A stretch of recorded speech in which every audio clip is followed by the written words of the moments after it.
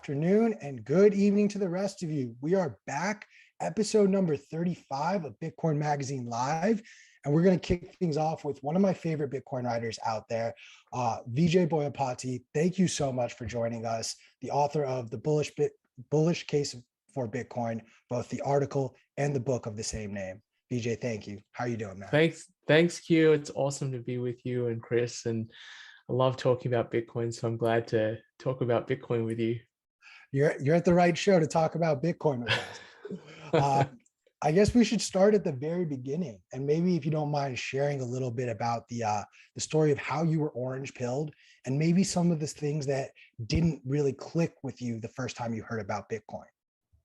Yeah, so a little bit of context. Before I found out about Bitcoin, I had left my job at Google to go campaign for Ron Paul in the 2008 presidential election. And I was super excited about what he was talking about and the message of freedom and the US not messing in the affairs of other countries, and sound money. He talked a lot about sound money and why the US had really gone astray. But he didn't actually do that well in that election. There were a lot of powerful forces that prevented his message getting out. So in one of the early debates, Fox News just decided that they wouldn't even allow him on the stage, despite having raised more money than any of the other candidates. So I actually felt pretty dejected after 2008 for a couple of years about the political process and, trying to advance some of these ideas that I think are so important. But then I came across Bitcoin in 2011, which is really life-changing and such an exciting thing for me as someone who believes in human freedom. And I came across Bitcoin because I had a bet with a friend. And the bet was for a single silver coin. We were both kind of hard money investors. We believed in gold and we liked silver. And we had a bet about the Federal Reserve and Federal Reserve policy and whether they would increase interest rates or not. And I won the bet. And my friend said, well, I can give you the silver coin. It was worth $50 at the time. But I think I should give you something. I want to give you Bitcoins. It's a new form of money and I want to give you Bitcoins. And I was like, I have no idea what that is, but sure, because my friend is probably the best investor I know. And so when he tells me I should pay attention to something, or that, I should take that instead of silver, I kind of pay attention. And so this was 2011, and there wasn't any infrastructure really to Bitcoin. There was just the Bitcoin network. And so I had to download the core software, and it started downloading the blockchain. And my little laptop, which I was running it on, the fan started going crazy. My laptop felt like it was melting. And it took a couple of hours. And then I was finally able to create an address, and he showed me that he sent 5 Bitcoins to me. It was 5 at the time. The price was about $10. And he showed me on a very primitive block explorer, like, look, I sent you 5 Bitcoins. And it made no sense to me at all. It was just numbers and letters, and I had no idea what was going on. And yeah, so that was how I got introduced to Bitcoin. To sort of finish the story of those Bitcoins, I gave that laptop to an ex-girlfriend just a year or two after that, because it wasn't worth much. It was probably worth about $50 or $100 at the time, and I completely forgot about it. And then in 2017, I was like, oh, wow, that laptop's worth a lot. It's worth 10 grand. It's worth 20, it's worth 50, it's worth 100 grand. And so I was like, oh, I should probably email her. And I emailed her, and unfortunately she lost it. She told me she lost it in a hotel. And I completely believe her too, because you can look on the blockchain, those Bitcoins have never moved. They're dead. The private keys are dead. It's probably in a dumpster somewhere. So my first Bitcoins are gone.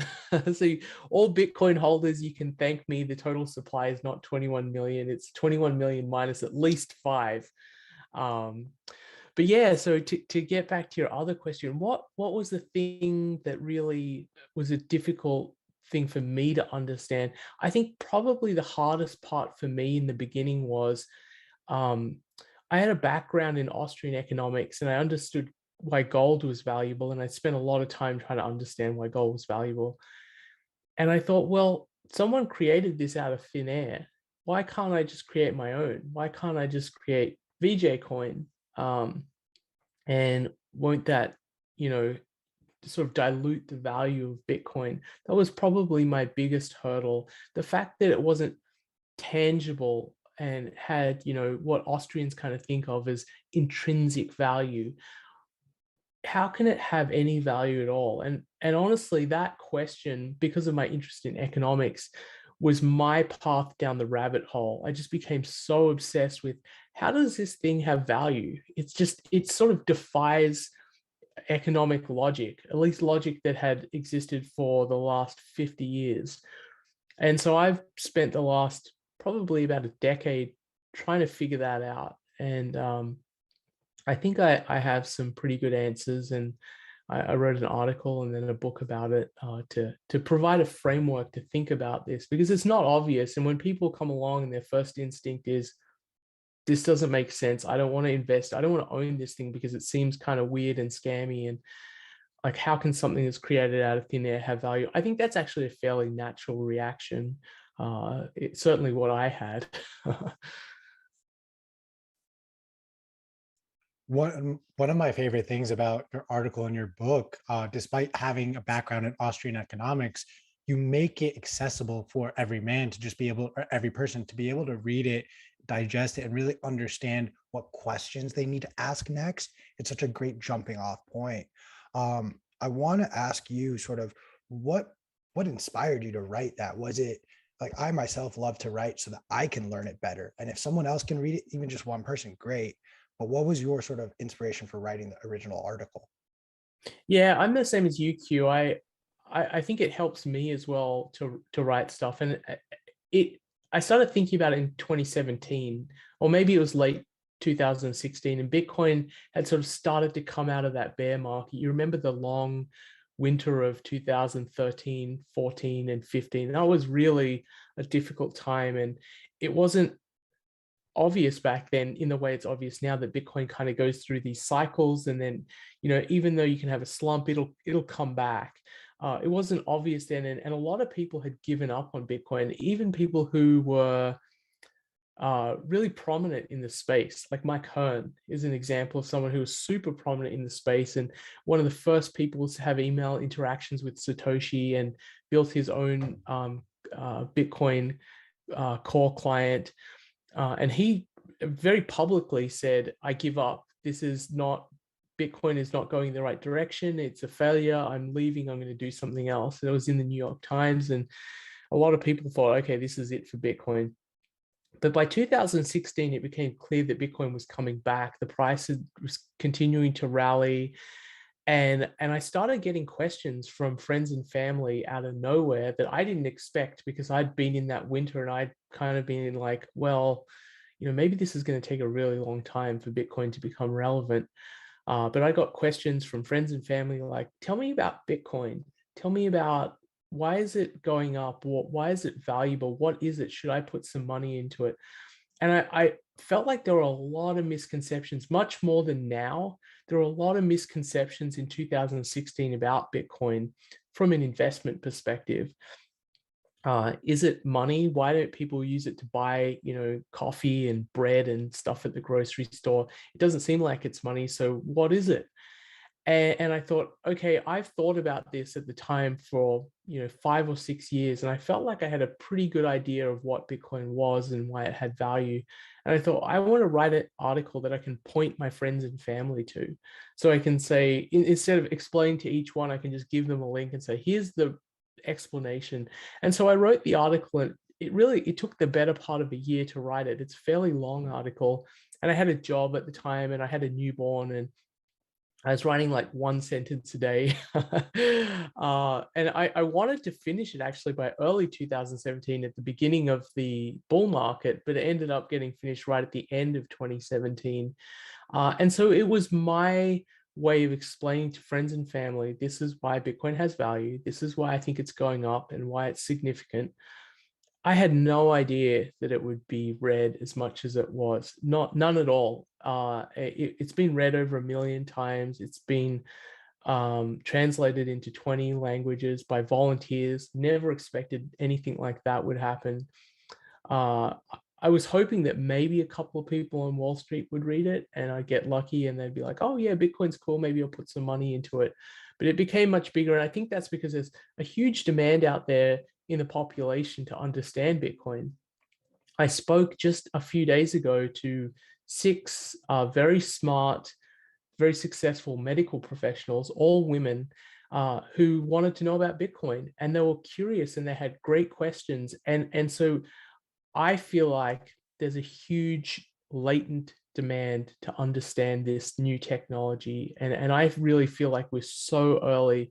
When I speak to people who are in various professions trying to figure out what to do with their savings, it's like, I still don't quite understand Bitcoin. Can you explain it to me? And I also find that when I do explain it to them, when I try and break it down and explain money and the history of money and the evolution of money and how Bitcoin fits in with that, people get it.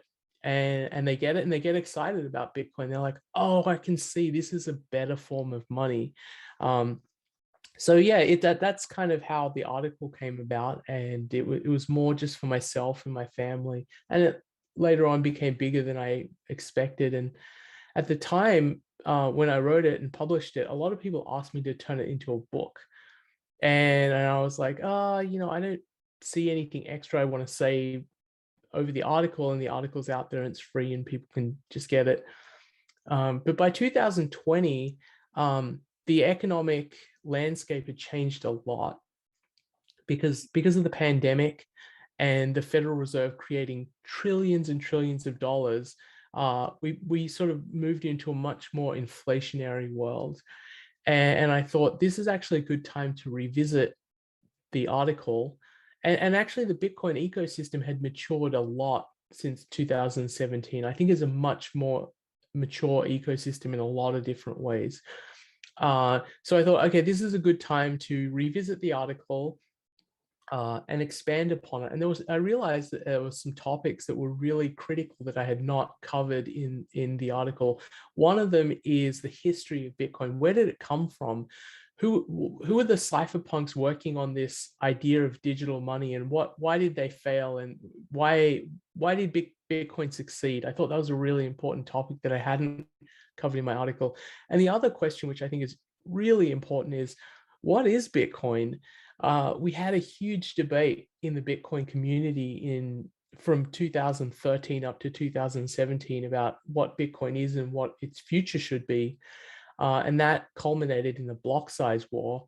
And these two very different visions and camps within the Bitcoin ecosystem resulted in a schism, of splitting of the community, very sort of vitriolic and angry split of the community.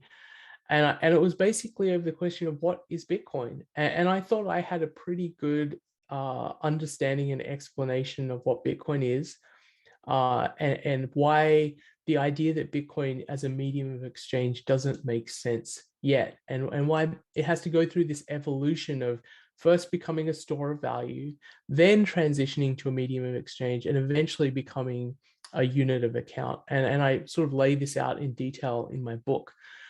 So that was a topic I thought was incredibly important. So I think that's been really, the narrative has changed so much since 2017. I think people now understand that. They understand Bitcoin is a store of value first, and it doesn't really make sense to go and buy your groceries with Bitcoin because there's so much upside to Bitcoin. The thing you should really be doing is holding it until we get maximum adoption. Once we get to maximum adoption, everyone owns some Bitcoin.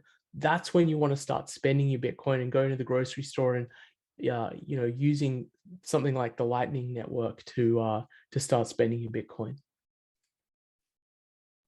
That there's a lot to unpack there, and I want to just highlight specifically for those in the audience. This is the cover of the book. You have seen it circulating online. This is what we are talking about today. So be sure to go and get a copy if you have not read it yet. one of my favorite things about this book, and you bring it up, you touch on the history of cryptography, and you touch on in the book the specific examples of failed attempts at a digital currency. And in fact, that Bitcoin is not it was not an original concept in the cryptography universe. It was very much a combination of these sort of failed attempts at a digital currency. Do you mind sort of discussing this a little bit with our audience and just what you saw when doing that research? Yeah, that's a great point. So the community of people called cypherpunks were really actively working on creating a free internet in the early to mid 90s. They saw the potential of the internet, but they also saw a danger in the internet. And the danger was that we would move to this kind of Orwellian surveillance society where everything we do, every transaction that we make is sort of overseen by the government. And so they wanted to use cryptography, which is a field of computer science and mathematics that studies codes and code breaking. They wanted to use cryptography to make the internet free, a place where you could communicate with people privately and you can transact privately and not have some authoritarian government say, no, you're not allowed to do that. No, you're not allowed to say that. And this was actually incredibly controversial at the time. People now don't really appreciate it, but at the time, cryptography was considered a military technology. And if you were to let the code that allows cryptography to be done, if you were to transfer that to another country, it would be considered treason.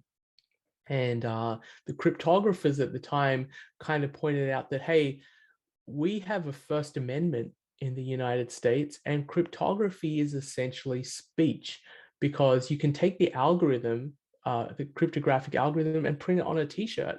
And that's what a lot of them did. They said, hey, look, are you going to censor me? I'm wearing a t-shirt. Are you going to tell me what I'm doing is treasonous by wearing this t-shirt? And there was a Supreme Court case which kind of came down in favor of that point of view, and that sort of made it so that the use of cryptography by civilians was okay, because it's kind of part of the protected by the First Amendment. Anyway, so the cryptographers were very interested in using cryptography to allow transactions, to allow sort of digital transactions that didn't have a government involved in any way. And Tim May was one of the, they were called crypto anarchists, and they were called cypherpunks. And Tim May wrote a manifesto, the Crypto Anarchist Manifesto, in I think 1992, laying out the case for a world in which you could transact using cryptography. And the first attempt at doing this was David Chaum. He created this thing called a company called DigiCash, and a form of money called eCash. But the problem was he was using cryptography to create a new form of money, but that form of money was controlled by his company, a centralized company. And the flaw of centralization is that if that company is coerced by a government, or the company fails, DigiCash actually went bankrupt, then the money disappears. You don't want that to happen. You don't want, if you're creating a new form of money that's not controlled by the government, you don't want it to be issued by some central authority. And so there were a bunch of cypherpunks, names you might be familiar with: Adam Back, Wei Dai, Nick Szabo. These guys realized this was a critical problem, and they were working on how do we decentralize money. And there were numerous attempts at this. Nick Szabo created a design for BitGold. Wei Dai created a system called B-Money. Adam Back, sort of unrelated, created something called Hashcash. And it was a way of making it expensive to send email spam. And he may not have realized it at the time, but it was like a foundational piece in making decentralized money possible. And these guys were just tantalizingly close to getting decentralized money. They were so close, but there were little flaws in all of their designs for making money, and actually Szabo's BitGold was never actually implemented. It was just a design. But anyway, so they were working on this in the 90s, and they didn't quite get it to work, and they weren't really sure how to fix it. And if you fast forward about a decade to the 2008 financial crisis, most of the people in that community had given up and thought, we've tried, we've got all these kind of interesting designs, but none of them seem to work. Maybe it's not possible.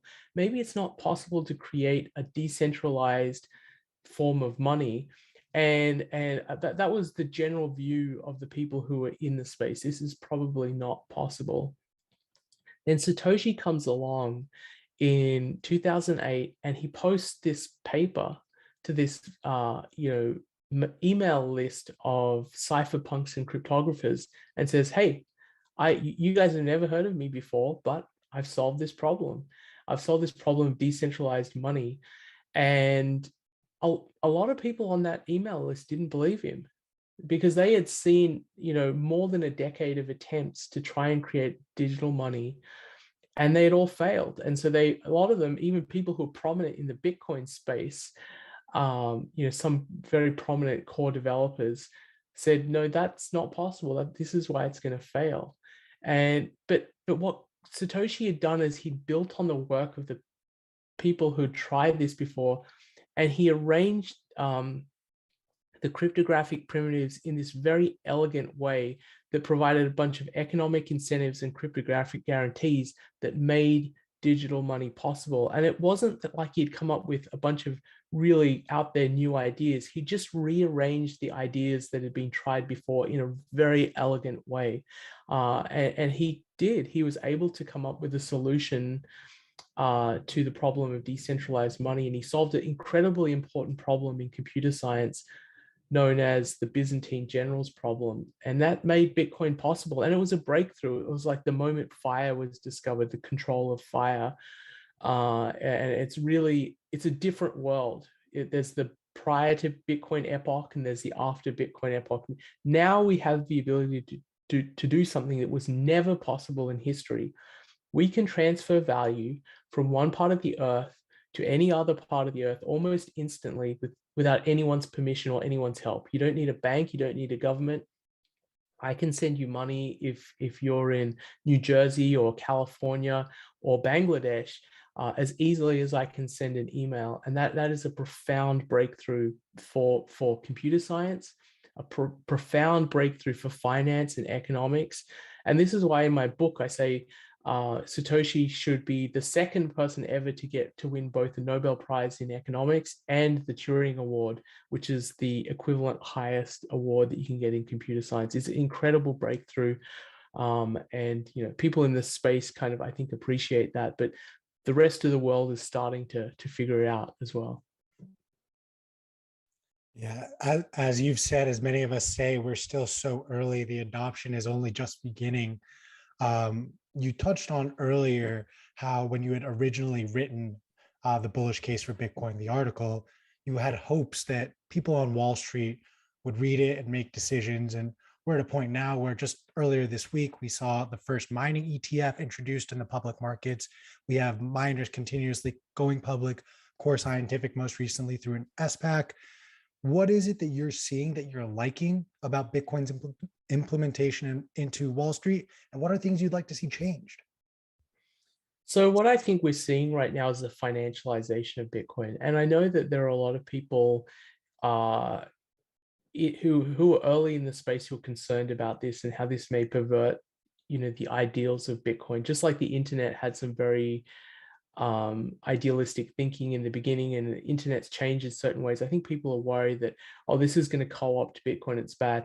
I actually think this is an inevitable part of the widespread adoption of Bitcoin, all of this financial infrastructure being built on top of Bitcoin. Bitcoin is the base layer of a new financial system. It's going to be, I believe, the reserve currency of the world, and we're going to have a new financial infrastructure built on top of it.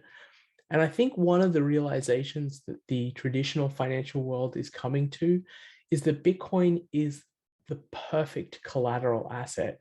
It's incredibly good as a form of collateral. And what I mean by that is something as a financial institution that you can hold and is valuable and allows you to offer products to your clients. And if the clients, have some bad trades where they lose value, you can sell some of the collateral to cover the risk of them doing those trades. So a classic example of this is you're a financial institution and you want to allow your clients to short certain things or trade derivatives or trade futures contracts. And if they do a bad job, you want to have something valuable so you can sell it down a little bit and cover the losses. And Bitcoin is a great form of collateral because when you possess it, it's not the obligation of anyone else. You hold the thing that's valuable. And that's the same as gold. When you hold a gold coin, you hold the thing that's valuable. It's not a promise of someone else. It's not you need to go to some third party and redeem something. It's the valuable thing in and of itself. It's called a bearer instrument. And the thing that Bitcoin has that's far superior to gold is it's easy to transmit.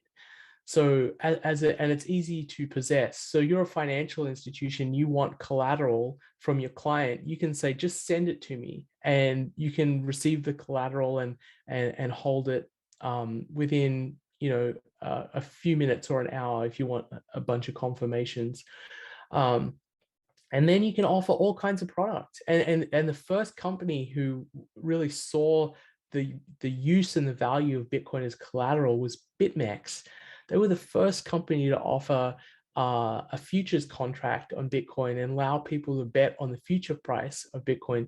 But now you have all these traditional companies coming in, like the Chicago Mercantile Exchange and Goldman Sachs, and they're realizing, wow, there's a big opportunity here.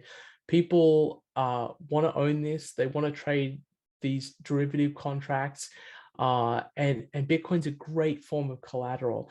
And so that's what I think the future is for the financialization of Bitcoin, is more and more institutions realizing that they should have a part of their company capable of holding Bitcoin, custodying itself, and offering products on top of Bitcoin. I think we're going to see way more of this in the next 2 to 3 years, where banks are going to let people hold Bitcoin, and then they're going to offer things like interest on your Bitcoin, which is cool, right? You can say, if you want to hold your Bitcoin here, we'll offer you a 1% on your Bitcoin. And 1% on your Bitcoin is way better than 1% on your dollars, because Bitcoin is a deflationary asset. There's never going to be more than 21 million.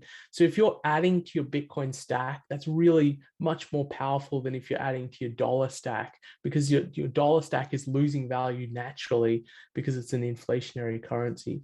So there's going to be a lot of this kind of financialization of Bitcoin in the future, and a lot of products available to Bitcoin investors that aren't widely available today. To your point, we're even seeing now more and more companies begin to offer mortgages backed by Bitcoins as well. Is there an Absolutely. industry that we have not yet approached as far as Bitcoin goes that you're excited or expecting to see it enter in some capacity? Well, I think it's going to touch every industry that is associated with traditional finance, because the loan market covers everything. People use loans to do all sorts of things. It's not just buy houses. You can get loans for your business, and loans to buy artwork, or loans to develop a new business. Credit financing is an integral part of our economy, and so Bitcoin is going to permeate all of that. But yeah, you're right. It's really cool. You can now do things like take loans against your Bitcoin and use that loan to go and buy something.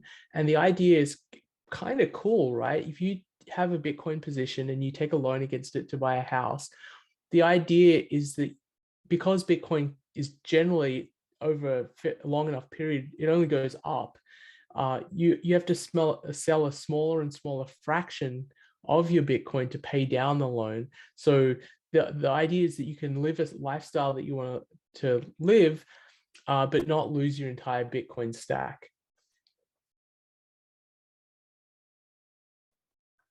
It's an exciting time to be here. We talk a lot in this industry, in this community, if you will, that Bitcoin fixes this.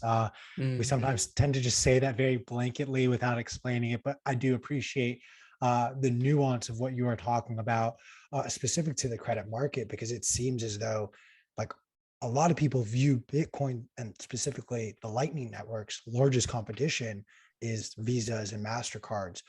What are steps you would like to see Bitcoin take to overtake Visa and MasterCard, while I do respect and understand that you want to go store of value before we go medium of exchange? I think the development of the Lightning Network is profoundly important. It paves the way for Bitcoin to be used as a medium of exchange. That will happen in places like El Salvador. I do think you will see more medium of exchange usage. One of the big difficulties of using Bitcoin as a medium of exchange in Western countries is the tax treatment. When you buy some Bitcoin and it appreciates in value, and then you go buy some coffee with Bitcoin, that's a taxable event. And that's such a pain in the butt. You don't want to have to record or file taxes because you bought coffee. So in a way that actually helps Bitcoin's monetization, because it creates an extra incentive for people to hold it and to see the appreciation in value. In a place like El Salvador, where they've made it legal tender, you can spend your Bitcoin without any tax consequences. So you will, I believe, see more of that in places like El Salvador. I think it will help to see financial institutions adopt the Lightning Network as well. It's still really in its infancy. I would say the Lightning Network today is the equivalent of Bitcoin in 2011 or 2012.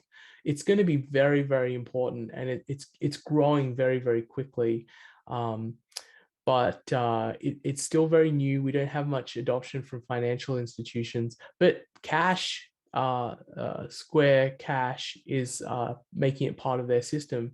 So when you have that easy on-ramp from fiat into the Lightning Network, that's really cool. That allows things which haven't been possible before, like Jack Mallers' Strike is a company that allows you now to send value around the world essentially instantly at almost no cost, by using the Lightning Network as a payment rail.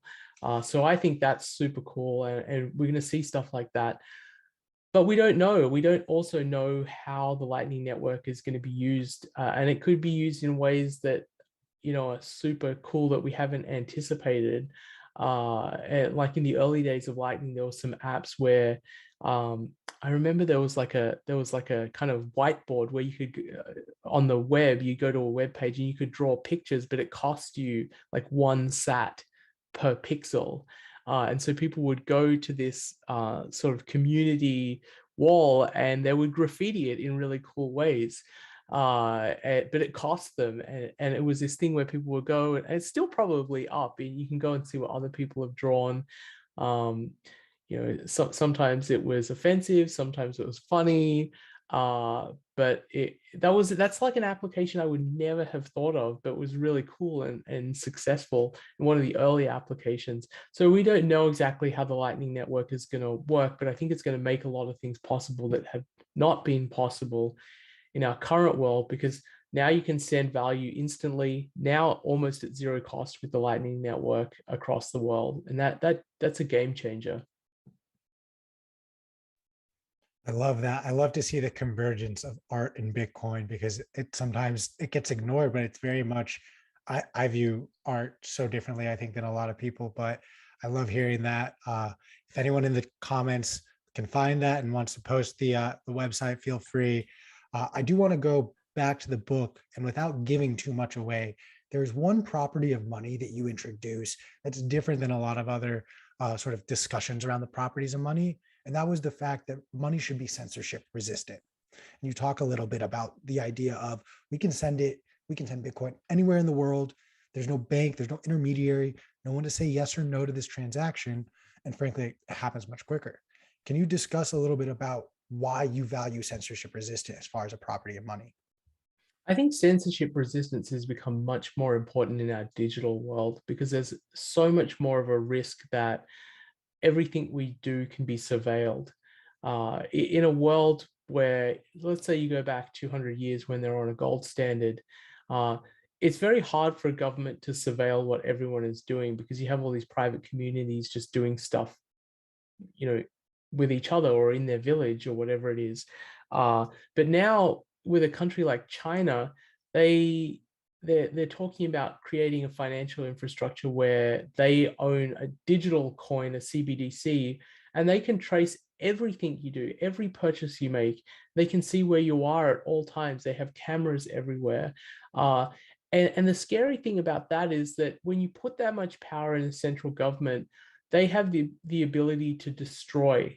Power is really the power to destroy, and they can destroy certain groups that they don't like. And you already see this in China, where there are minorities which are really incredibly oppressed and treated very, very poorly. And there's no way for them to escape because everything they do is seen.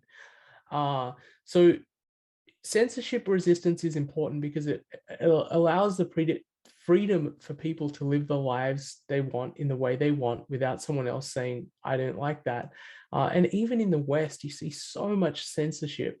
Like if you have a view that's somewhat controversial and you want to talk about it on YouTube, that people have been banned for things like saying that, hey, cloth masks might not be that effective. I mean, it's not a super controversial thing to say. It's like plausible that they're not effective, and people were saying they don't seem that effective, and they were being kicked off YouTube for that, or they were being deplatformed in various ways. So that, you know, maybe you can't use PayPal anymore because you've been labeled as someone spouting misinformation, even though the CDC changed their opinion and said, oh yeah, cloth masks, they may not be effective, so why are we telling people to wear them? So censorship resistance is really important because it gives all of us the freedom to live without someone else telling us that we can't say or do things, those are American values. That they've been American values since the country was founded. Freedom of speech, freedom of trade, freedom to pursue your own happiness. Those are American values, and those are values that Bitcoin makes possible and protects. I love that. I mean, we witnessed it not even a week ago with the Canadian government stepping in and shutting down GoFundMe for the trucker convoy. We saw it on the other side of the spectrum, where a progressive group down in Cuba had their PayPal donations cut off. We see over in Ukraine, the resistance over there is collecting donations in Bitcoin as well, so to circumvent Russia potentially blocking any donations coming in. So it's of vital importance as we are fully entrenched in this digital age. Yeah. Can I just say one thing about that?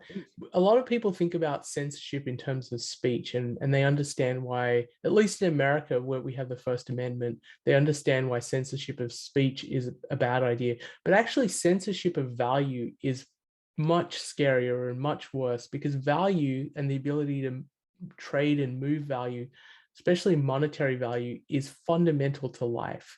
If you don't have the ability to hold your savings and to transfer your savings, you can't live. It's depriving people of their livelihoods. So censorship resistance in money, I think, is even more important than censorship resistance in speech. It's an excellent point. I mean, we are essentially compensated for our time and energy output. And if we are not able, I would even take it a step further, although this is a second property of money that you do discuss, but for money to lose value over time versus just being able to hold it is also a dangerous concept that we are in the middle of watching all of our dollars and fiat currencies slowly and steadily lose their value. I do want to ask and maybe broaden the discussion a little bit, because on the topic of censorship, like our channel, this YouTube channel was shut down because we triggered an algorithm, and we're seeing it happen all over the place on different platforms for different reasons. Ours was over a discussion over Kazakhstan. We've seen it over discussions over the C word. We've seen it discussed over masks. What is something that you are afraid of as we continue to go down this Pandora's box that was opened a year ago, roughly? I mean, one thing that I'm, worried about is the consequence, the polarization of our society, where people use these platforms as a way of stamping out viewpoints that they don't like.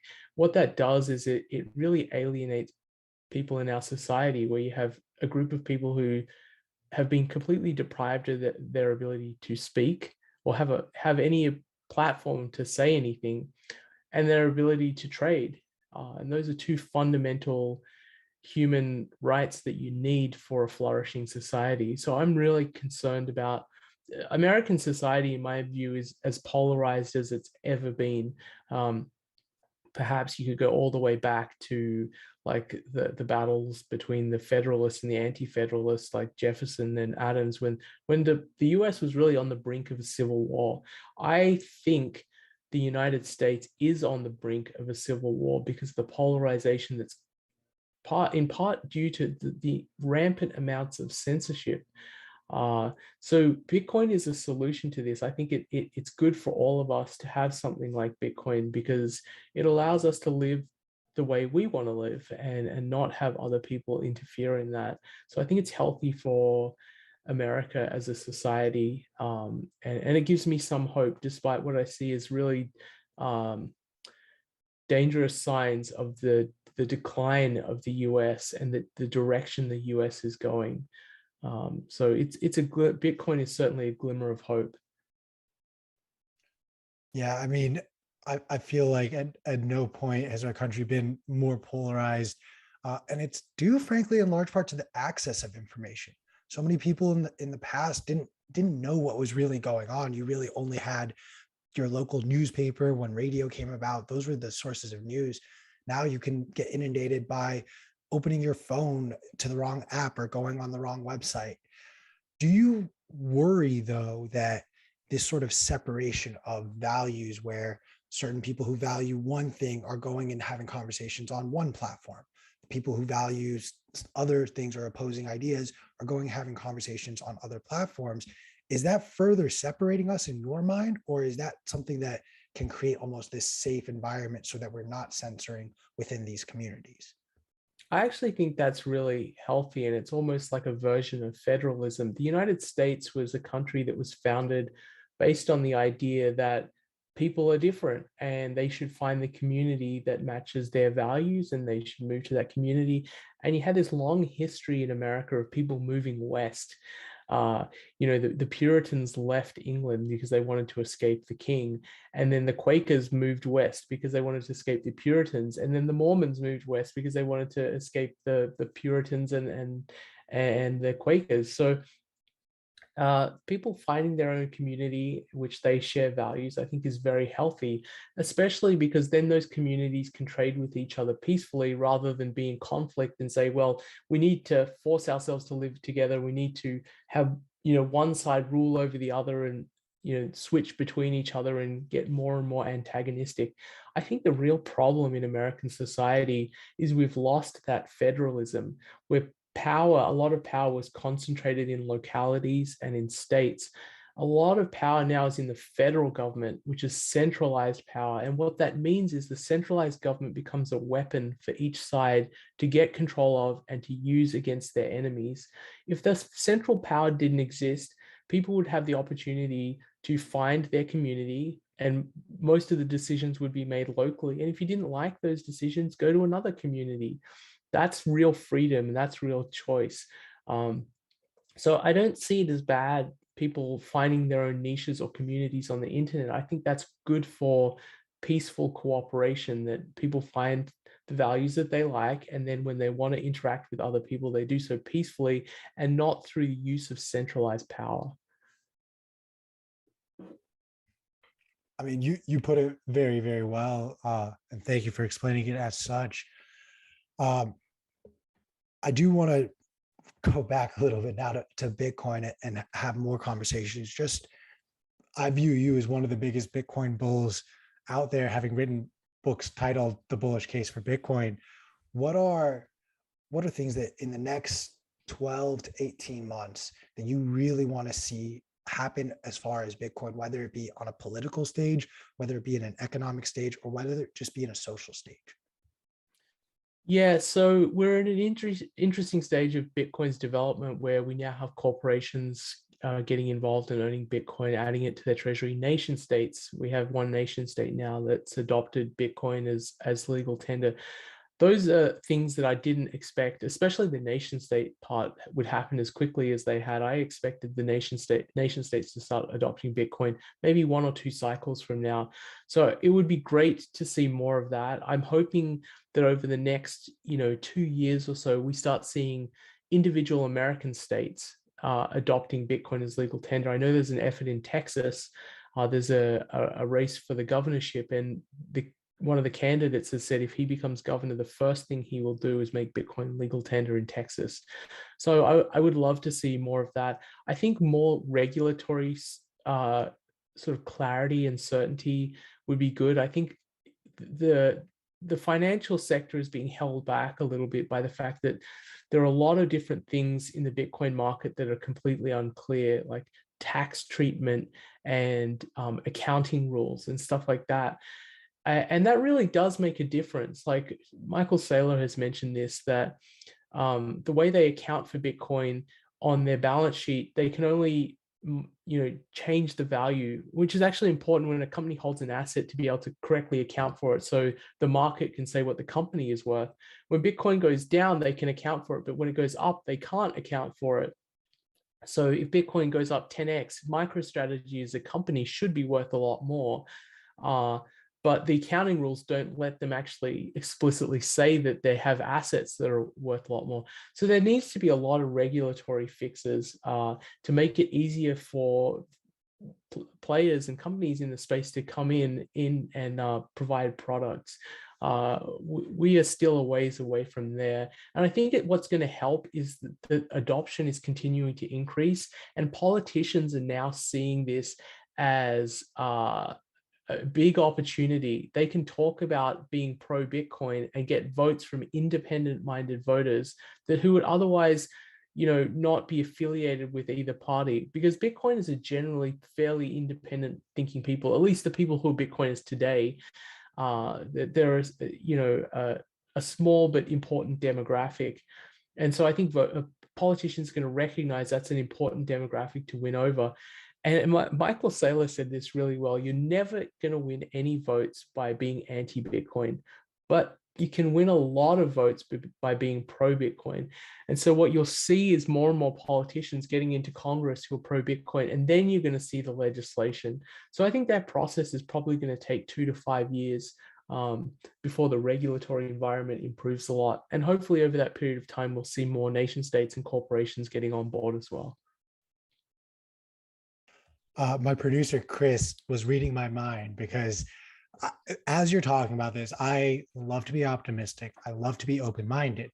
However, I've come to a point with political leaders where I just recognize there's a lot of words said and a lot of promises unkept. Do we, in the Bitcoin community, and then more specifically for yourself, do we want to, again, continue to trust these politicians when they say we're going to run on a Bitcoin platform, but not really knowing what those decisions will look like once they actually have that power? Generally do not trust politicians. There are some exceptions of politicians who I think really do understand Bitcoin and have good intent. Senator Lummis has been a Bitcoiner for a long time. And I think especially politicians who own Bitcoin and who've understood it through their own personal experience, I generally think want the best for it, for Bitcoin. And I think there are actually quite a few already in Congress. I'd say probably in the order of 20 of them, like 2 or 3 senators, which is pretty important. A senator has a lot of power. 2 or 3 senators who really do understand Bitcoin pretty well. Ted Cruz is an example. When you listen to Ted Cruz talk about Bitcoin, he gets it, and he gets mining as well, which is really cool because it's good for his state. It's good for the energy grid in his state. And there's probably about 20 congressmen in the House who have a pretty good sense for Bitcoin. But you're right, don't trust them. You need to show them the political gains that they can get by supporting Bitcoin. That's how we're going to win. And there are groups out there, many who I've spoken to, who are behind the scenes talking to politicians, explaining what is the political advantage of supporting Bitcoin. What are the talking points that you need to use to reach people who are excited by Bitcoin, and what are the political actions you need to take that will make the US more friendly towards Bitcoin. So there are people who are working on this, lobbying behind the scenes to try and make this happen, and we need that. Every other industry has think tanks and lobbyists. I think it's healthy for Bitcoin to have this because I think it helps to accelerate the adoption. And I'm one of the people who doesn't think Bitcoin is inevitable, and I think it's dangerous to believe it's inevitable. I think we need to treat it as something that's still young, in its infancy, and at risk, and we need to do everything we can across the spectrum, from development of the technology, from marketing, from political action. We need to do absolutely everything to make sure that Bitcoin thrives, and not just sort of sit back and say, oh, this is inevitable, it's going to happen, because it's not. It really isn't. And the threat of nation states becoming hostile to Bitcoin still exists. Maybe in the future, maybe in 5 years from now, there'll be so much political capture.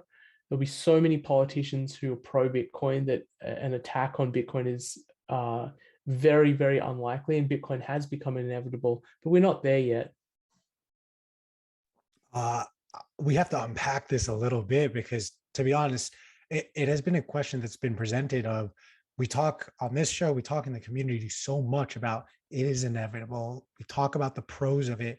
What are these fears? Like you touch on a little bit, nation states attacking the network, whether it be through capturing miners or whatever other instances of them doing it. But what are some examples of fears you have? Let's use this as a rallying cry for our community to be able to pay attention to and stay ahead of those attacks. Yeah, so this is something I cover in a lot of detail in my book. And actually, I think that's one of the things that people liked or appreciated in the article. I wasn't just pumping Bitcoin. I wanted to be honest about the risks, and I do think there are real risks. Probably the biggest risk in my mind is not just a single nation state attacking Bitcoin, but a coordinated nation state attack where you have nations say, wow, actually, if Bitcoin becomes widely adopted, we're going to lose control over monetary policy. And monetary policy is one of the most important sovereign powers that any nation has. And to give that up or to lose that is a very scary thing for central banks around the world. And they're starting to understand that. They really are. They're getting that first inkling that, hey, if Bitcoin keeps going up, we're not going to be able to control interest rates anymore. We're not going to be able to print as much money because people will just flee from our currency and move into the dollar. And then the currency loses its value, and the ability to inflate is completely diminished. So it's certainly possible at some point in the future, nation states get together and say, we need to ban this thing because it's getting out of control. It's too big. It's worth now. I mean, you could imagine if it gets to the size of gold, 10 trillion, and it's on the upswing where it could become like a 20 or 30 or $50 trillion asset, that nation states around the world are going to panic and say, okay, we need to ban ownership of Bitcoin, or we need to ban mining, or we need to ban transfer. There's certain things that they could do which could really harm Bitcoin.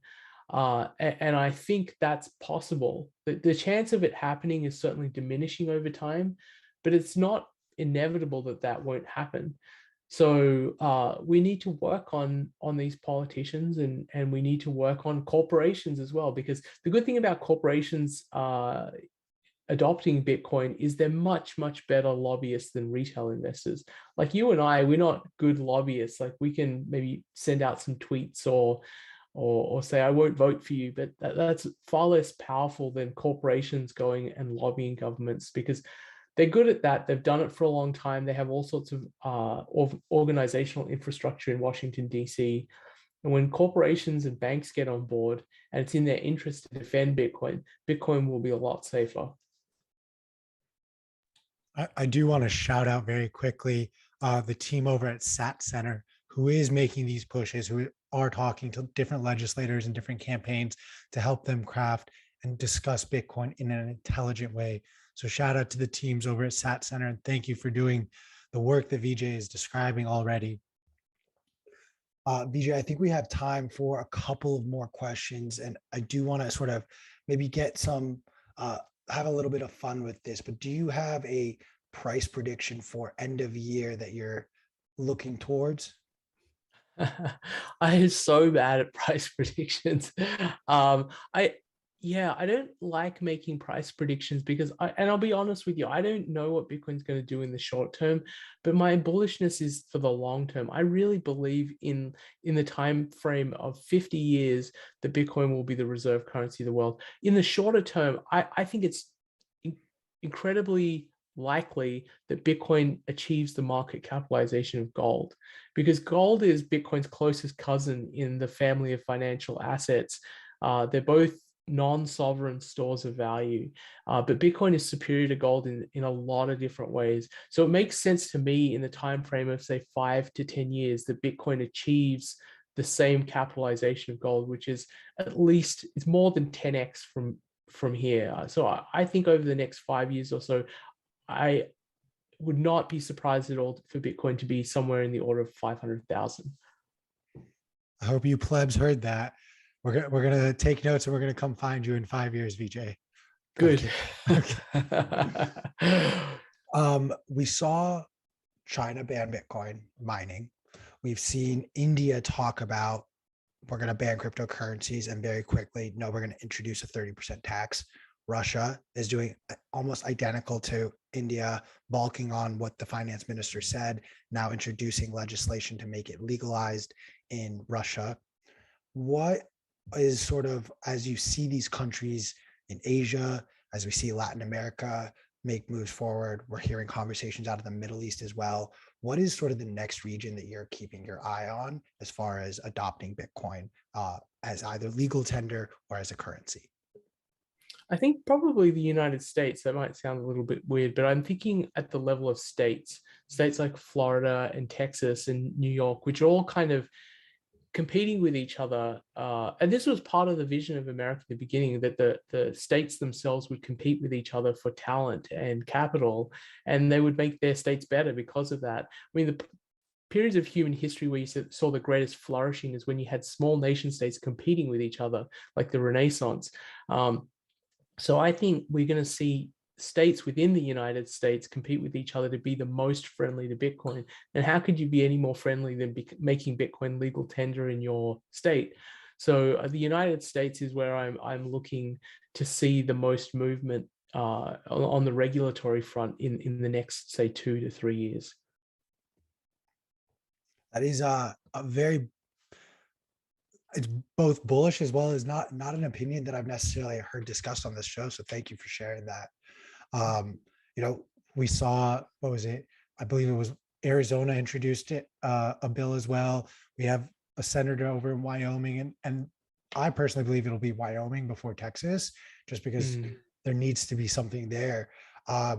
What are your thoughts on the migration of miners stateside? Does this worry you, or is this a net positive for Bitcoin?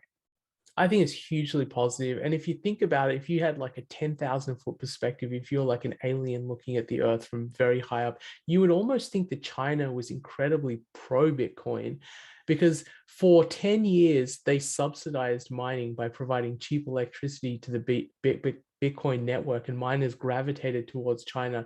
And then it got to the point where it was scary because there was such a large concentration of miners in China, and they could easily like nationalize or confiscate the mining infrastructure. And at the point where it became scary, after subsidizing it for so long, they said, we're going to ban mining, and they decentralized it. The miners went all around the world, and it made the network so much more resilient. And it made it so that miners now account for regulatory certainty as an important cost of mining, instead of just assuming when they go somewhere, oh, it's cheap, but we don't care about what might happen with the politics. They think about the politics too. And so what they've done is they've moved their miners to places which are friendly to Bitcoin. So that has made the network much more politically resilient. Because now mining is in places like Texas and El Salvador and various parts of the world which are much more friendly towards mining. And the risk now of China nationalizing miners is gone. So the Bitcoin network now is stronger and more resilient than it's ever been in its history. And China kind of did us a big favor. For the history of mining, they both subsidized it, and then they decentralized it when it became too concentrated in China. So thank you, China, for doing that. You're absolutely right. I mean, I also highlight and bring up it essentially spread the hash rate globally. Is there, though, you touched on, if a few nation states decide to wage war against Bitcoin, their combined hash rate could exceed sort of that threshold. Is there a percentage sort of cap that you'd like to see nation states have as far as hash rate goes? It's very hard to control. So I think even if I'd like to say that no nation state should have more than 5%, it's very hard to control that. I think what's more important, though, is Bitcoin miners move to jurisdictions which are politically friendly and where there's a lot of political capture. Political capture is where you get real protection, where when you have the politicians who have bought into Bitcoin, both financially and ideologically, that's where you get real protection, because you're not going to have an attack on the network when all the politicians are pro Bitcoin. So I'm really happy to see so much of the hash rate moving to places like Texas. Is there a country outside of the US that excites you as far as mining goes? Oh, obviously El Salvador, because the leader, the president of the nation, is so pro Bitcoin, and this idea of creating a Bitcoin city where you harness the energy of a volcano. I mean, how cool is that? You're using a volcano, a live volcano, to fund Bitcoin mining. It's just awesome. It really is. I mean, I always love pounding the drum that we do need to create a new iteration of what clean energy really looks like. And the only way you do that is who has the best incentive or most incentive to figure that out. And it is the Bitcoin community. You see it with mining, you see it up north with the hydroelectric energy capture.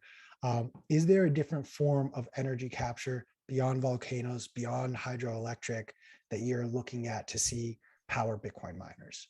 Yeah, actually in Texas, there's the development of miners, very decentralized mining operations where they get very small rigs and they go to these gas fields where they've tapped the gas field, and what they have to do when they're no longer using it is they have to flare the gas, because these gases going up into the atmosphere are far, far worse than CO2. It's like orders of magnitude worse. So there's regulations where they have to burn it off.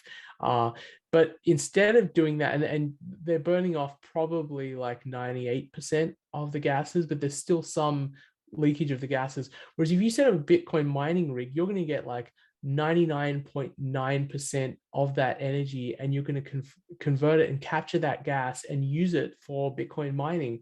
So this is good for the environment. The narrative that Bitcoin is bad for the environment is so misleading. It's probably the most misleading narrative out there about Bitcoin. Bitcoin is good for the environment. It's good for sustainable energy production, and it's good for capturing things that are harmful for the environment and setting up profitable mining operations that can capture this harmful gas. Because there are a lot of places where, even though there's regulation to capture to sort of flare off this gas and destroy it so it doesn't hurt the environment, where people aren't even bothering to do that because it's like costly to set it up, and so the gas is just going straight up into the environment. Now there's an economic incentive to fix the problem, and that's what you want. Problems get solved when there's an economic incentive to solve them, not when governments say, oh, you have to solve this. If it's profitable to make the earth more environmentally safe because you're taking away from these gases and using them for something, then it will happen. And so I'm very excited by that. And I know there's a couple of companies. One of them is called Giga Energy. It's a small company which is doing this, and it's growing its operation very quickly because there's a huge opportunity in Texas for doing exactly this. Thank you for highlighting that. I think not enough people know what's going on as far as these type of developments go. I was explaining upstream data to my cousin last week, and he didn't, his mind couldn't wrap around it, that there is just energy being wasted throughout all these processes that have existed for so long. We really need to go back to first principles on some of these processes and figure out ways to capitalize on energy waste. And my producer, Chris, wanted to point it out, and absolutely right. Methane is 25 to 40 times worse than CO2 for the atmosphere. So it just goes to show you, again, the narrative that's told to us may not necessarily be the whole truth. It's just part of the truth that fits what they need to accomplish. Vijay, this has been so much fun. I don't want to steal you all day, even though I could probably talk to you for hours on end. Everyone, please, if you have not read already, go get your copy of The Bullish Case for Bitcoin. This is the cover. Vijay, where can our audience find you anywhere else online? I tweet about Bitcoin and economics and maybe a little bit of politics as well at real_Vijay. So REAL_VIJAY. And you can find my book on Amazon, or you can find my article on Medium. Just Google for it and you'll find it. Yeah, that's the best way. Awesome, Vijay. Well, thank you so much for your time, and we hope to have you back, and we'll continue this conversation another time. Thanks, Q, and thanks, Chris.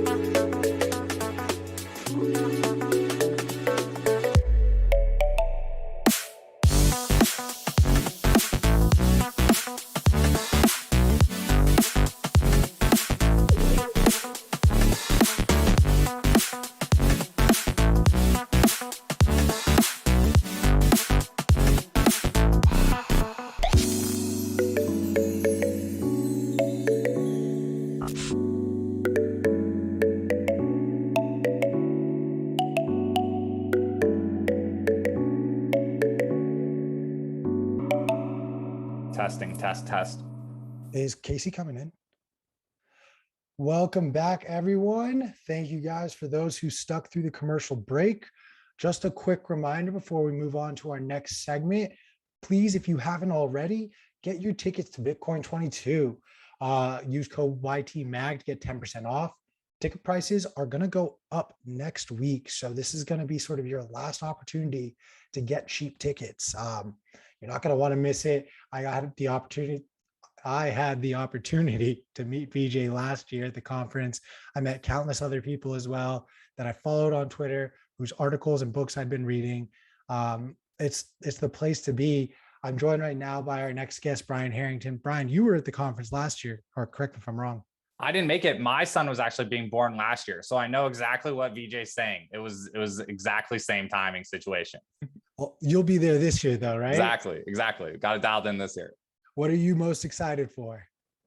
Just to see people, honestly. Like I've only ever been to, I've only ever been to like small meetups. Like I'm like regional conferences. I've never been to kind of the gigantic one. So that's what I'm most excited about. Love that. I also have to say thank you for putting together back-to-back years the Bitcoin holiday party down in Southern California. I had an absolute blast, and shout out to the work that you and Tristine are doing with SAT Center. We actually talked about it a little bit with Vijay because sort of the regulatory pushes do need to be made. So thank you for both of those works that you guys are doing. Dude, that's awesome. No, really appreciate that. Thank you. No, the Southern California Christmas party is really fun. And SAT Center just met with a small town in Colorado just the other day. And so, yeah, SAT Center for just people, it's like regular Bitcoiners in regular towns meeting with their local leaders. We're just like from the bottom up. If you have people in your town that need help and need education on Bitcoin, email SAT Center and we'll help source people to talk to local leaders. No one's too small, like in your area. I love that. And guys, seriously, one thing that I think Bitcoin should have taught you all at this point, if you haven't already realized it, is anyone is capable of doing the work to learn, to educate others, and to push this forward. Do not be discouraged by a no. You're going to get 1,000 no's before you get that yes. Get used to it. That is frankly just life. So we're doing this not for ourselves, not for our children, but for our grandchildren and the generations that will come after us. Brian, where are you these days? Are you back in SoCal? Are you up bouncing around, spreading the good word of Satoshi?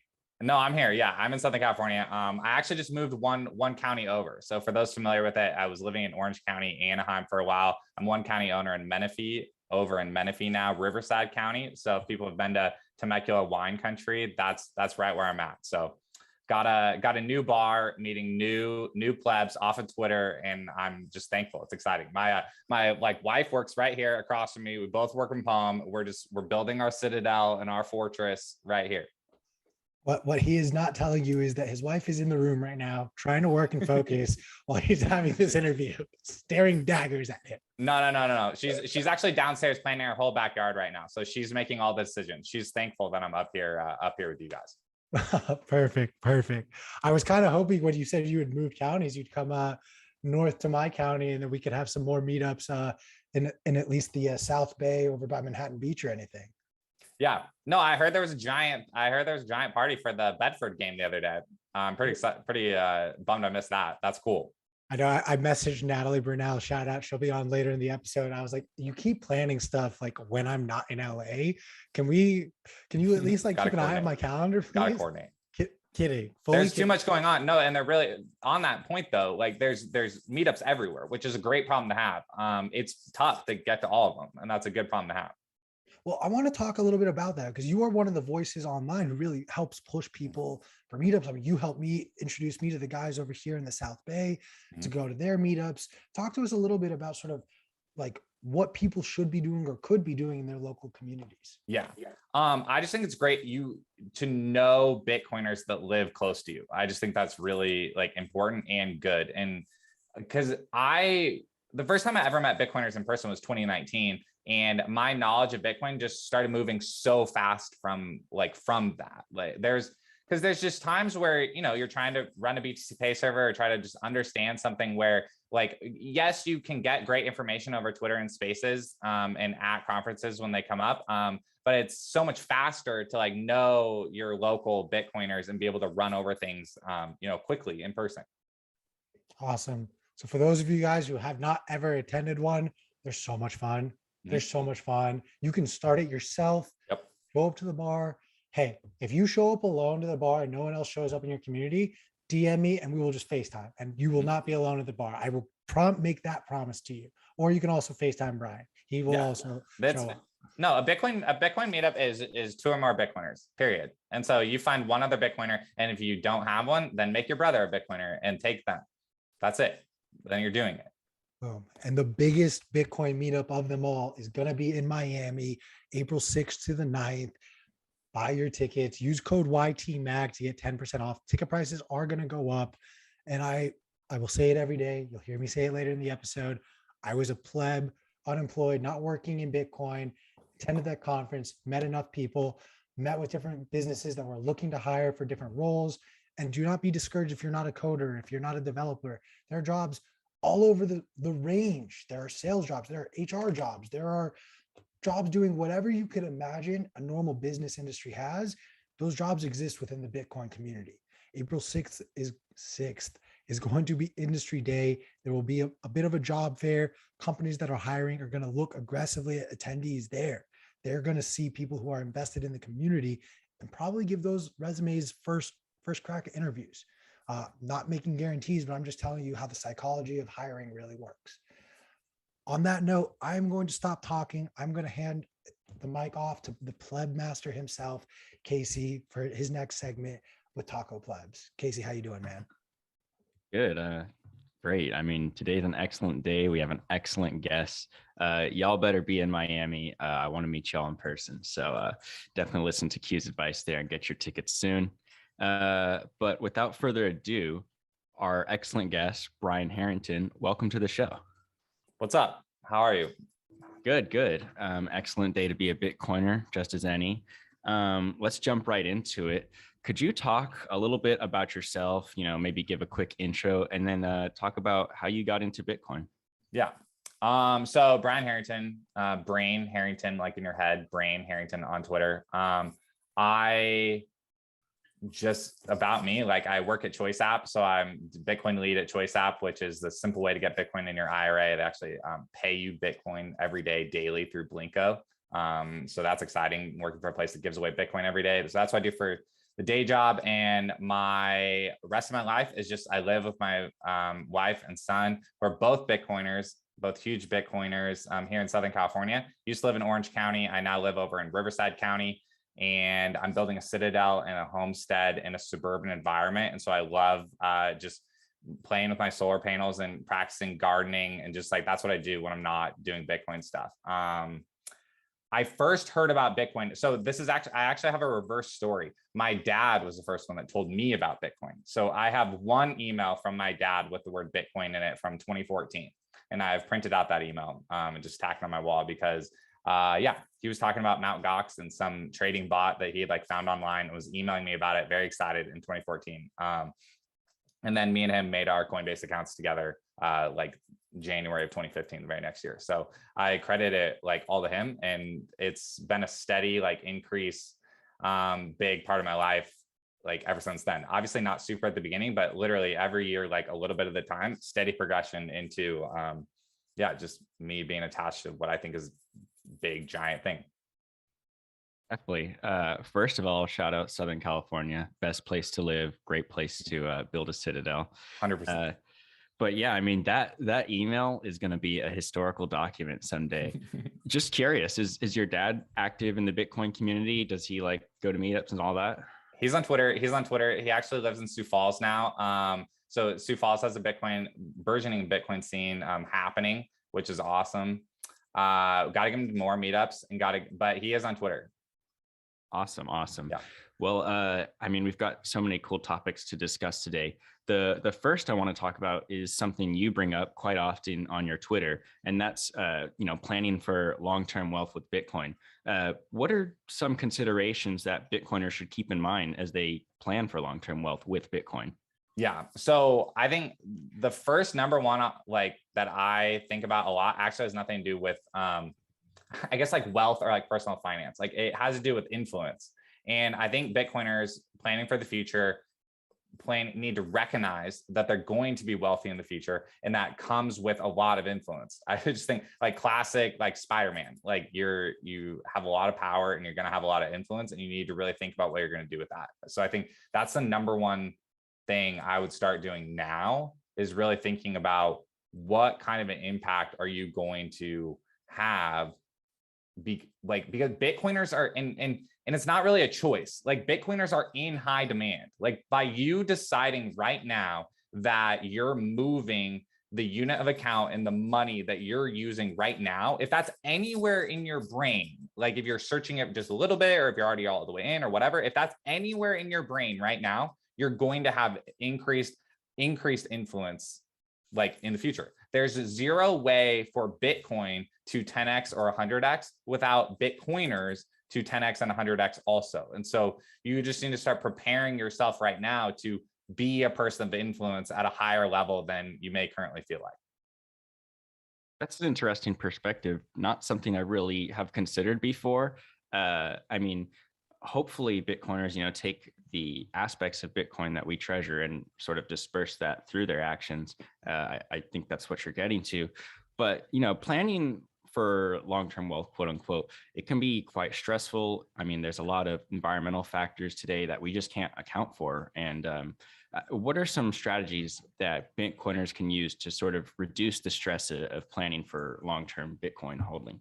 Yeah, I think what helps me relieve my stress is like seeing Bitcoin as money, and seeing Bitcoin as like just fungible, to like use the classic word. And what I mean by that is Bitcoin is not happening in the future. Bitcoin is happening right now. And I know that's a funny answer to the like, why should that lessen your stress of the future? But it should lessen your stress of the future, because if you recognize that Bitcoin is happening right now, you don't have to have this gigantic split between, oh, when hyper Bitcoinization happens, life will be like so much better, and like retirement will be so much better, or whatever. If you just start preparing your brain for that now, and recognize that you can have different stacks of Bitcoin for different things, and you can hold different amounts of Bitcoin in different places. Like if all of kind of your future is being like bet on this just one bucket of Bitcoin, that is stressful. That sounds stressful to me. Or if you're not experimenting with like different ways of thinking about Bitcoin and different places to hold Bitcoin, then like you only have this kind of one chance at like this like quote unquote great future wealth status. I think you should start to really view yourself as like just try to pull that forward is what I would try to do. And that doesn't mean like, oh, immediately start to like spending Bitcoin or like all this stuff or start living frivolously. That's like not what I'm saying, but pull forward that like what you're hoping for then to now. And on a tangible note, it would be the different stacks for different things. Like I just think that Bitcoin can work in a checking account. It can work in a savings account. It can work in a retirement account. It can work in a multi-sig account. It can work on a single wallet on your phone. It can work on Lightning. It can work on Liquid, RSK. Like start feeling each of those things. And that'll, for me, that's what's made me more and more confident heading into the future.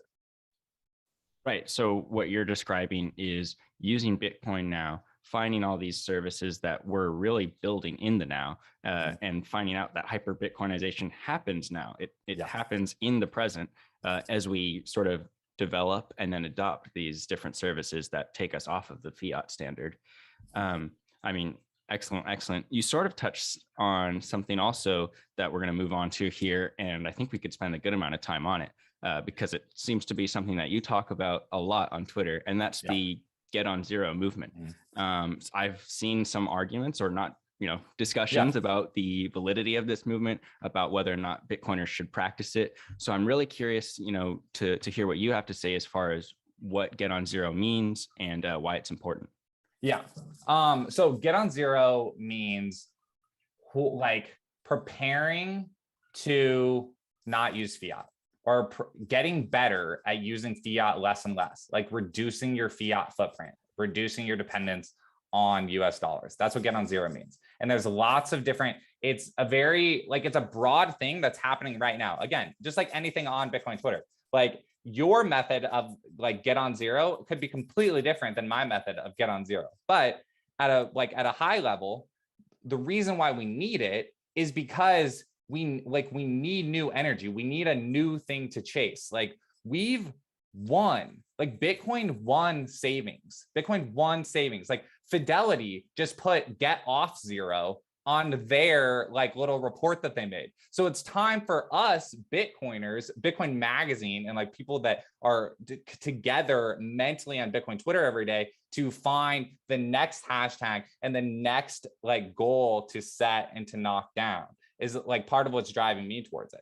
And that's what, so Get on Zero means like using Bitcoin. Like, and I know it's like, oh, savings of 100% is using, it's correct is using. But what we need to prepare for is we need to pull forward that preparedness. And you've seen, so 7% in December, 7.5% just now, right? For the CPI inflation. And so on average, Bitcoin goes up and protects purchasing power per day, daily. Bitcoin protects purchasing power daily. Fiat loses purchasing power to goods and services daily. So this is no longer like a monthly discussion or an annual discussion. This is a daily discussion. And so that's what Get on Zero is. It's a recognition of the math behind it and a recognition of the tools behind it now also. The tools are hugely better than they were 12 months ago, 24 months ago, 36 months ago. You have multiple places. I say this thing where you have multiple Bitcoin services that now basically are ACH portals. What's an ACH portal? An ACH portal is how you receive your direct deposit, and it's how you pay the few bills that won't allow you to put them on a card payment, right? Bitcoin services have that now. So that's like the legs are being knocked out of Bank of America, of Wells Fargo, of like the legs are being knocked out because the only thing, one of the main things we use those services for, Bitcoin apps like now have that. And so Get on Zero is a recognition that the math works for holding Bitcoin daily, and the tools are here for holding Bitcoin daily. And it's the end state that we're hoping for anyways. So we should start to create it now today. This is an incredibly bullish discussion, I think, because what we're really describing is also related to the previous question, right? Bringing hyper Bitcoinization into the now. How do we do that? Practicing get on zero is, from what I ascertain. And you describe how inflation is now like a daily thing. Like Bitcoiners, we talk about inflation a lot. We, take pictures of the meat in the grocery store, et cetera. But that happens to our money as we receive it, in those US dollars and spend it. Like it really is action oriented right now.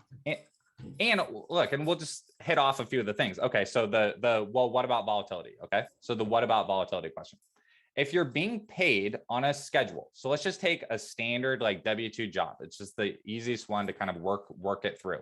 If you're being paid every 2 weeks, and you're now all these paycheck products of you can direct deposit to Bitcoin. If you're being paid every 2 weeks, then you're getting an inbound at that exchange rate, and then that exchange rate, and then that exchange rate. And your bills can pull off of the most recent exchange rate. So yes, is there fluctuation? Totally.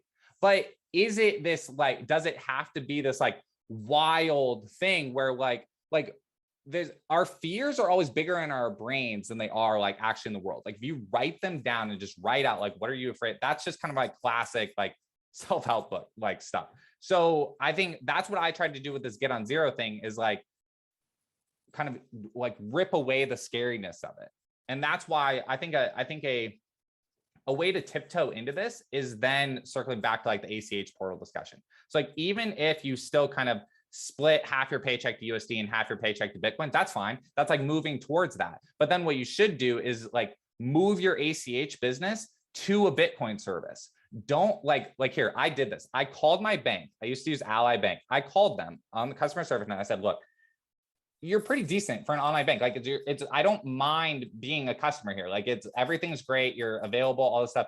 I just have one problem. And they're like, well, okay, what's the problem? And I'm like, the currency that you support is not working for me and my family anymore. The services that you do as far as the paycheck being received and as far as the bills going out, that all works great. That software working terrific.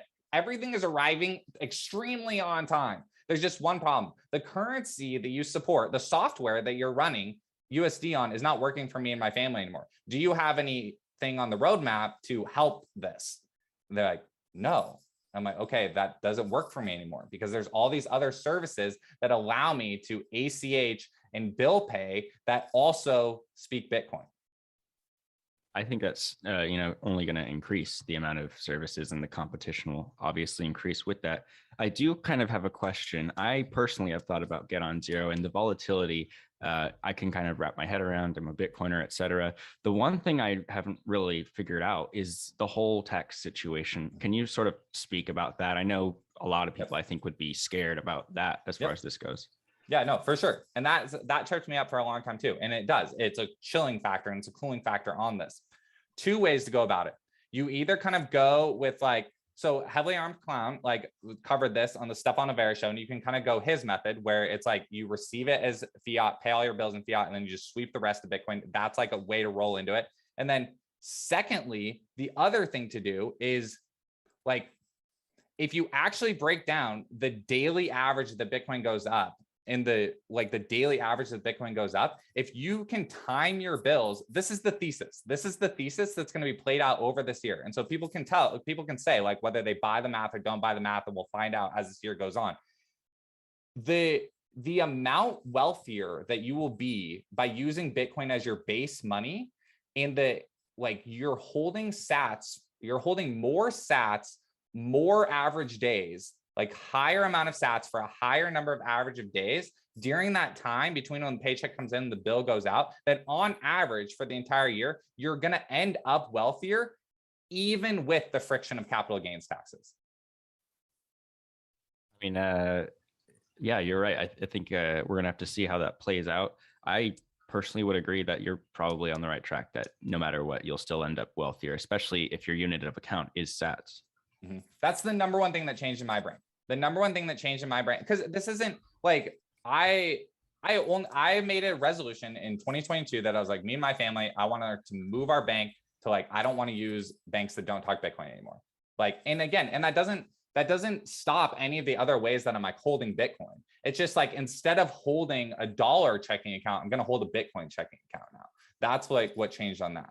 So yes, that's the number one thing that changed in my brain, was the daily math of why Bitcoin is better, was like, you're even going to overcome the friction, of paying the taxes. Right. So yeah, the what you gain by sort of using Bitcoin daily, it supersedes any of the sort of friction points that you're discussing. But moving on, Brian, you are a fantastic organizer. You're really good at getting Bitcoiners together. Can you talk about why Bitcoin sort of oriented community action is important on a local level? Yeah. So because you live locally, like because you live around humans, like there's humans that are around you. They're your neighbors. They work at the stores by you. They drive in the cars by you. If a higher percentage of those people are switching over to Bitcoin, like logic would flow that your area will be a better place to live. Like, because if Bitcoin is improving your life, then the pretty certain that Bitcoin can improve the lives of those other people too. And so that's why it's important. And so it doesn't matter if you're talking to just your neighbor or if you're talking to your city council person, like if that person was a Bitcoiner and switched from fiat to Bitcoin as their like unit of account, your place, your town where you live would be better. Right. Inherently, if we're all enjoying the benefits of Bitcoin, we should all seek to spread it, especially in local communities where you can receive benefits yourself. It's a direct feedback loop. And yeah, I think we'll see this on a grander scale too, like with states, right?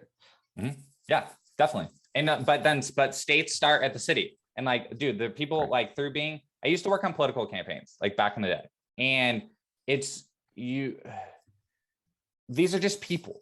Like they're honestly just people. And we know that, but like, it's one thing to just be frustrated with like things that are happening at the federal level. And it's another thing to just kind of be like apathetic about things that are happening at the city level. But it's better to just like reverse all of that and just really pay attention to your local city and like know them as humans, like talk to them and say, this is why I use Bitcoin. And this is why like Bitcoin is better. And that's what your influence at the city level will then increase your influence at the state level.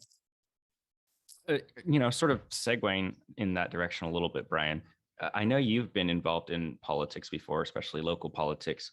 A lot of people in Bitcoin are sort of anti-politic per se, where they don't even think that it's worthy of participating in. Can you just speak a little bit about like how you believe we can have an impact on that? Yeah. I so completely understand that. I think politics is happening all the time. It's just happening all the time. Like there just is a negotiation and there's a social contract that's happening all the time. Like you live somewhere and there's people around you. So like by you, like it doesn't have to, you don't have to be involved in politics in kind of like the formal way of thinking about it. Like simply by you being known as a Bitcoiner. And even if you still have a separation between your online persona and kind of your local persona, that's fine. Like you don't have to tie both of those things together, but if still locally people know that you can be a person that can help them, through the transition, that is politics. Like that is like how to win friends and influence people. That is politics. It doesn't have to be running for something or getting elected. Like simply networking on purpose is politics to me. Like just influence and like networking on politics is all networking on purpose is all the same thing to me.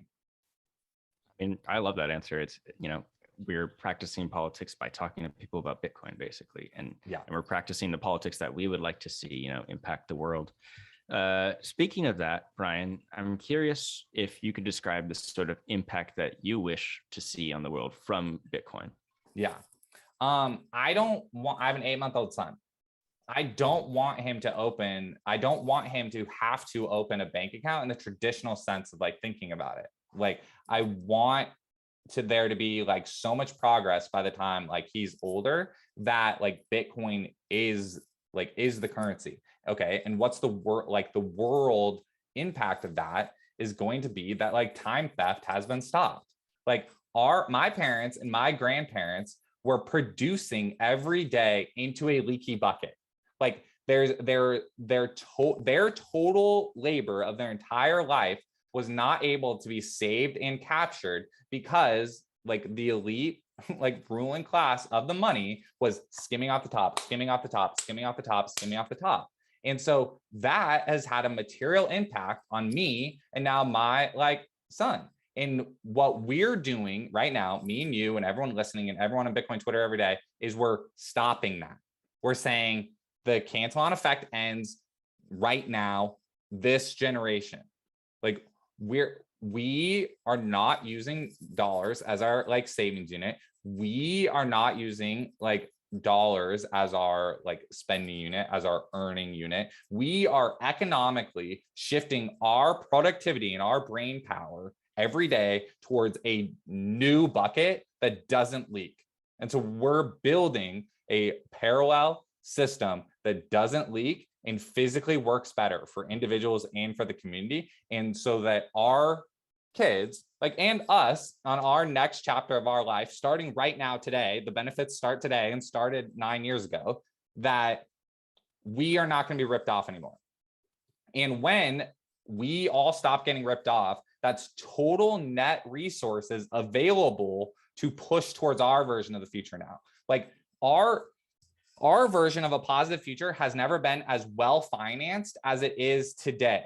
Everyone that would speak out about the Cantillon effect didn't have the resources to do anything about it. We didn't have the technology to do anything about it. We didn't have the political clout to do anything about it. That's different now.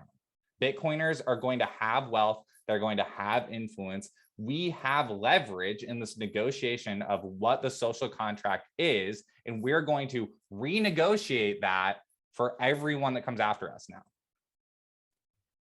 That's a little hard to follow up, Brian. But I mean, I think we're headed for an excellent future given those parameters. And really, like you said, it's us. We get to drive this change forward. Bitcoiners do through their strategies of long-term wealth planning, through their actions in networks and politics, and through potentially actions like Get on Zero. I mean, It's just everything we do will be what changes the world for us from this Cantillon effect that we were born into, really. Mm-hmm. Moving to our last question here to wrap us up, Brian, I'm curious what you're most looking forward to in the Bitcoin space. Yeah. It's what we covered. Like, I truly believe that like the hashtag Get on Zero is like the newest, freshest thing that's happening right now. And so I appreciate you like asking me about it today. I appreciate just the discussion around it. I appreciate everyone that tweets it out and has an opinion on it, because I think you should have an opinion about it. It just feels the freshest thing to me when I'm scanning the podcast and just like thinking about what I really want to give my brain power towards. It feels like a great next step that's possible. So that's what I'm most excited about. And then I'm also excited that I'm thankful that I'm going to be able to hit a bunch of towns this year. Like, I think I'm going to be able to go to most of the Bitcoin Day conferences moving forward. I'm going to be at BitBlock Boom. I'm going to be at we're calling it Blinko Miami. And yeah, so I'm excited to meet a lot of Bitcoiners in person. Those are my two answers. Those are awesome. I'm also curious, Brian, if there were any questions that I did not ask you that you were hoping I would, or maybe you would just like to get out there. No question, dude. I loved them, and I appreciate you sending them because love writing and thinking about this stuff. The final thing I would just end with is I just want people to know this. Like, if you can own Bitcoin in your retirement account. Like, there's a chance that you have more dry powder than you like don't realize that you do. So if you've already just been stacking and you're like asking yourself what's next, like if you have money stuck at Schwab, stuck at Fidelity, stuck at TD Ameritrade, like you don't have to pay penalties on that to get it into Bitcoin. You can like swap it over. And so I would like encourage people to just give Choice a try and check it out. Interesting. Just real quick before we step away there, as far as like the transition and all of that, it doesn't stay with the same custody provider? I assume it changes from the banks you described to Choice. Exactly. Yeah, exactly. And then you have three custody options once you get to Choice, because Choice gives you choices. Interesting. And so does that like involve custody of Bitcoin, I assume, on your own? Yeah, interesting. Exactly. Very interesting. I mean, this conversation today has been one of my favorite I've had here on Taco Plebs, Brian. I mean, all of the things we describe are bullish for the future. And I think they're things that Bitcoiners can really take action on today and like in their own lives, you know? Yep. Totally, dude. 100%. Well, thanks again for joining me, Brian. It's been excellent. Everyone, you need to be in Miami, April 6th to the 9th. I mean, if you're not going to be there, the code is YT Mag, and I think you can get. Are we at 21% off? It's not anymore. I think we're like at 10% or something like that. I don't know.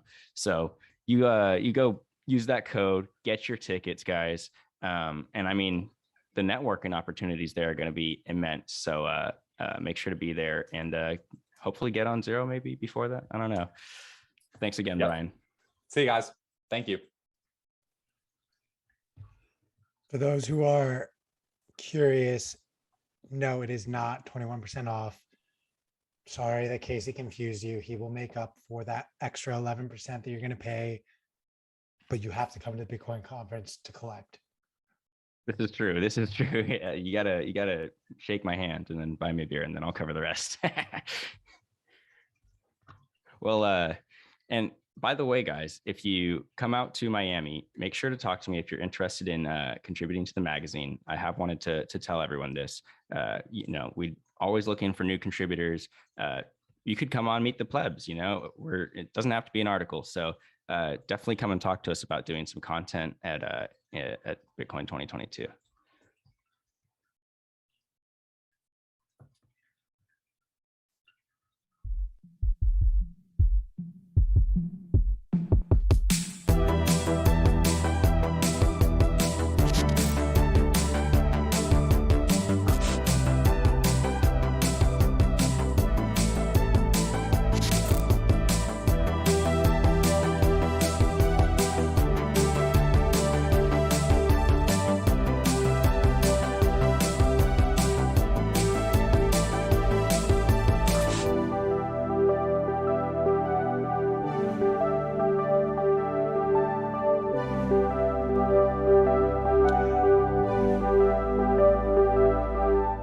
Welcome back, everyone. That was an awesome segment of Meet the Taco Plebs. Thank you, Casey and Brian, for coming on and joining us. Before we have Nolan pop on over in a new episode of The Breakup, which I'm really excited about, he's going to talk about potentially the Russian fiasco going on and why that could actually lead to hyper Bitcoinization. But before we do that, I want to hammer home yet again, please buy your Bitcoin conference tickets. Use code YTMAG, get 10% off. Come hang out with us. Come meet everyone that you've ever read about. Everyone that you follow on Twitter is going to be there. You will regret not being there. That's all. That's it. The FOMO is going to be so bad and tough for you that you're just going to sit there curled in a little ball in the corner of your room crying, why?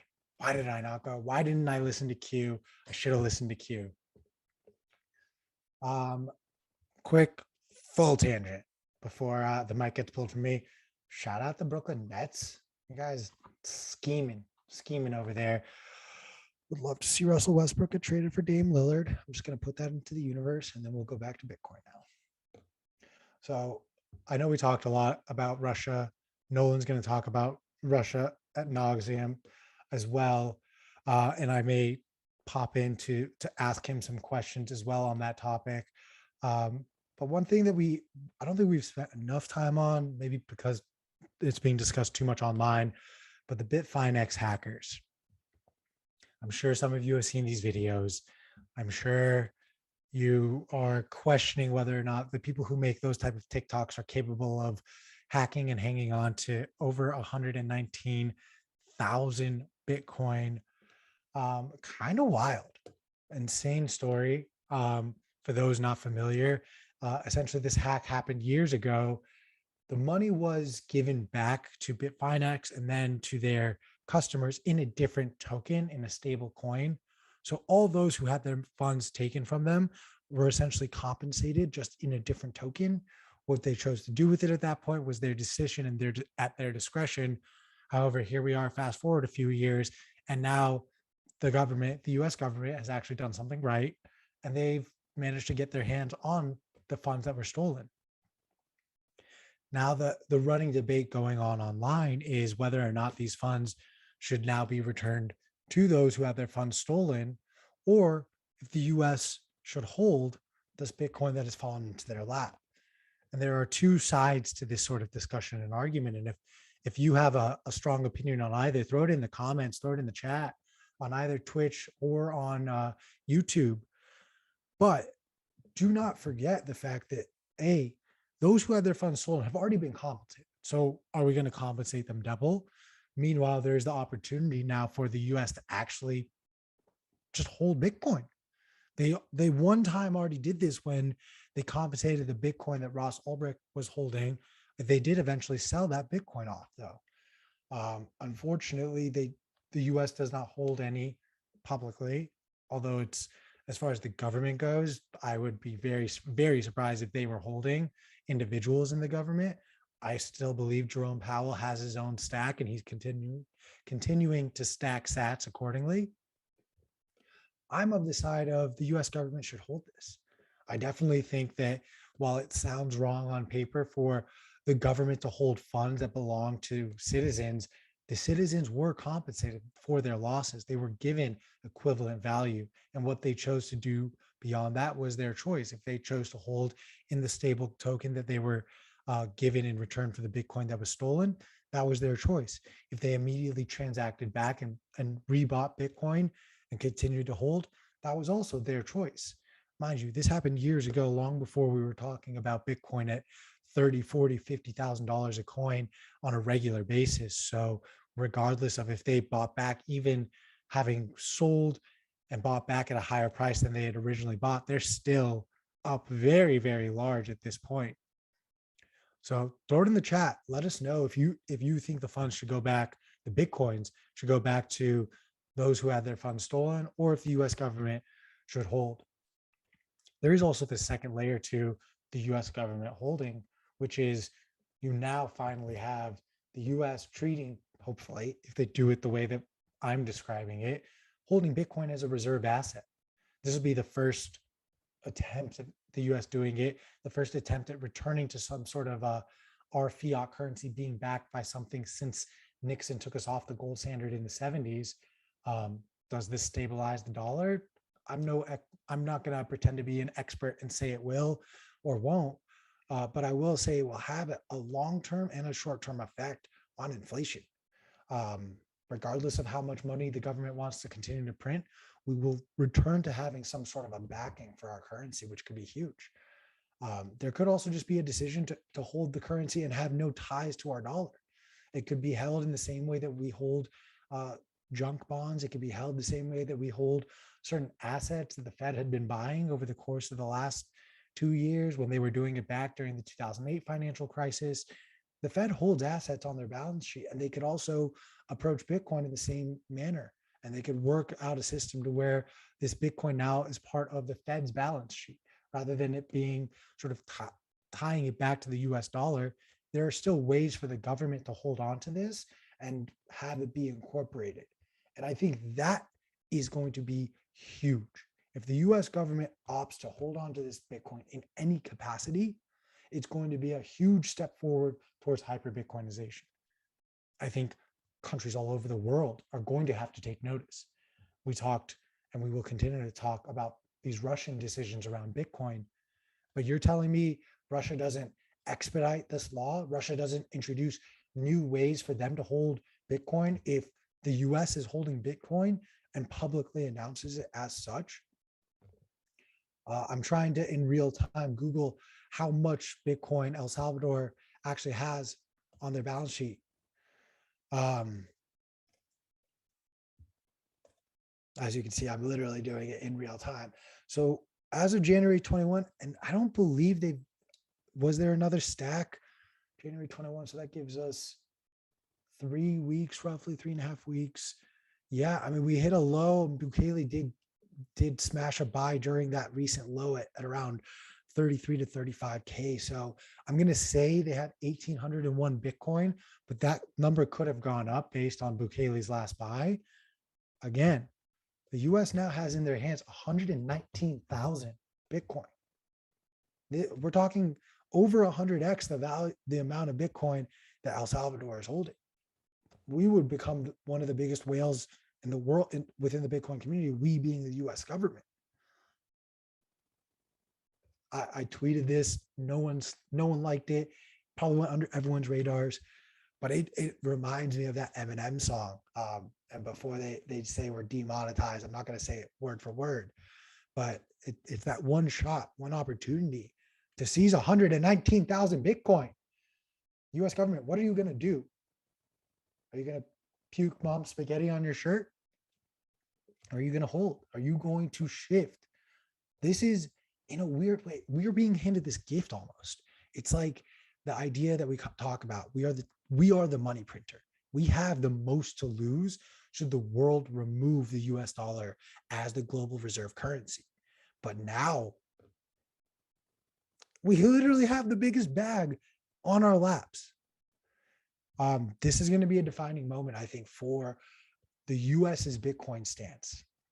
I am hoping, and I don't like to use that word, I don't like to inject hopium into my veins, but I'm hoping some of these Bitcoin leaders in government, like Cynthia Lummis, like Ted Cruz, are figuring out ways to inject themselves in the conversation, because they are probably going to be the best leaders in DC as far as what can be done. I'm not saying they're the best Bitcoin thought leaders, but as far as politicians go, they probably, I'd be hard pressed, and we would be hard pressed to find a better politician to discuss Bitcoin policies.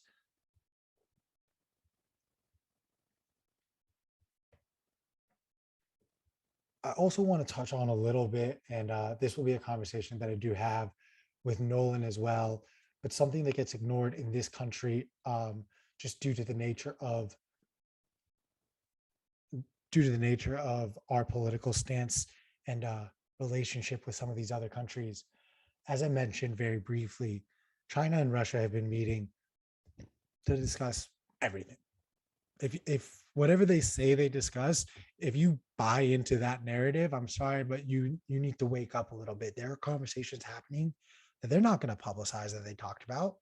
They are constantly meeting and figuring out ways to get off of the petrodollar system.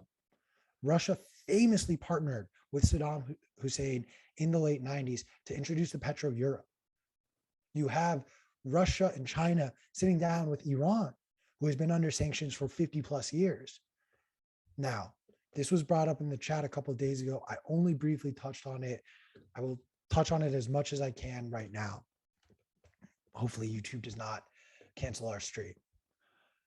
Russia is trying to do something, whether it's invade, overtake, or take over Ukraine. Something is happening in that part of the world. And the entire world is watching. Europe is most nervous because this will affect their energy output. And the US and NATO is sitting, trying to figure out how to respond. And it's not necessarily, in my opinion, because the US wants to protect the best interest of Ukraine. Quite frankly, I do not believe that is what is happening. I do, however, believe that it is a conversation about precedent, because at the same time that the US sent troops to the Ukraine and told troops in Eastern Europe to be prepared, they sent Navy ships between China and Taiwan, almost expecting a similar response from China directed at Taiwan that Russia is taking to Ukraine. Again, this is about precedent. The US government, frankly, I don't believe cares about what happens to Ukraine. But what they do care about is if they allow a nation to just attack another nation as they see fit, China will take that as an opportunity to fully take over Taiwan. Why is Taiwan so important? Well, it was thrown in the chats earlier. I am a shareholder of this company, but TSMC, Taiwan Semiconductors, is one of the largest, if not the largest, semiconductor chip manufacturer in the world. They produce the best chips in the world. These are used for industries all over.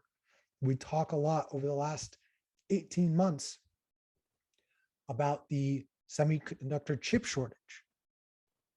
We talk a lot about the supply chain issues. If for whatever reason China does invade Taiwan, these issues, as far as how many semiconductors we're getting, these supply chain issues will only be exacerbated. This is why we pay attention to the Ukraine, because the response we take to the Ukraine is going to be implemented to Taiwan if and when China approaches them. Now, to go back to this conversation that China, Russia, and Iran are having, Iran has been under sanctions by the US for just about 50 years, maybe give or take a few years. In a weird way, they're almost the experts on how do you operate on a global scale while being under sanctions of the largest country in the world. Now, those of you who are like, whoa, Iran, really? You need to start listening to some news that's not US and Western based. When you listen to news outside of this country, Iran is talked about at the level of China, Russia, and the US. That is one of the largest countries in the Middle East. We in this country don't discuss it enough because of our relationship with them. My head, what I think is happening when a country like Russia, a country like China, that we are trying to force them to not be antagonistic, and we are discussing potential sanctions around their aggressive actions. You really don't think they're talking to Iran? How do you deal with it? What do you do? How can we help you? How can you help us? We might accidentally be creating a new global superpower in Asia based on the decisions and actions that our government makes. We need to be conscious and aware of these decisions because they will affect our day-to-day lives in ways that the media is not going to tell you about, the government's not going to tell you about, because some of them don't even realize it. And these are thoughts and considerations that we in the Bitcoin community have to make. Something that I think doesn't get talked about enough.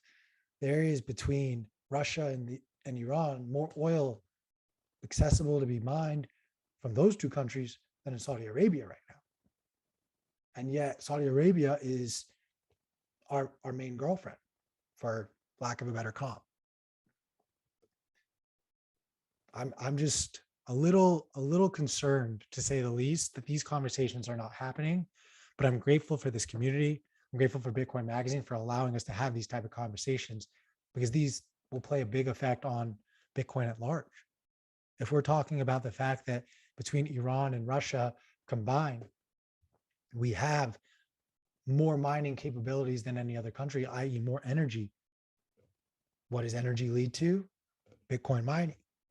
As we were just discussing with Vijay in this morning segment, what happens if the hash rate is controlled, if more than 50% of the hash rate is controlled between Russia, Iran, and China?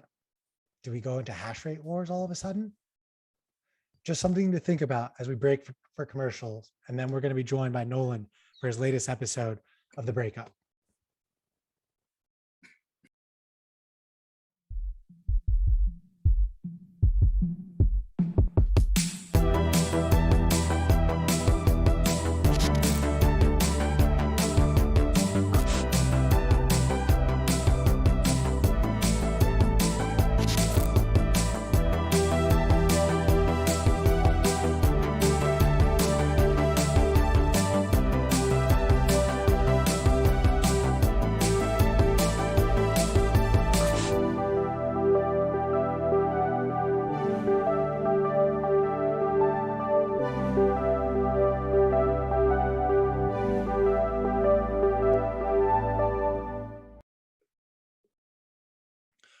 Welcome back all, and thank you for staying tuned in with us.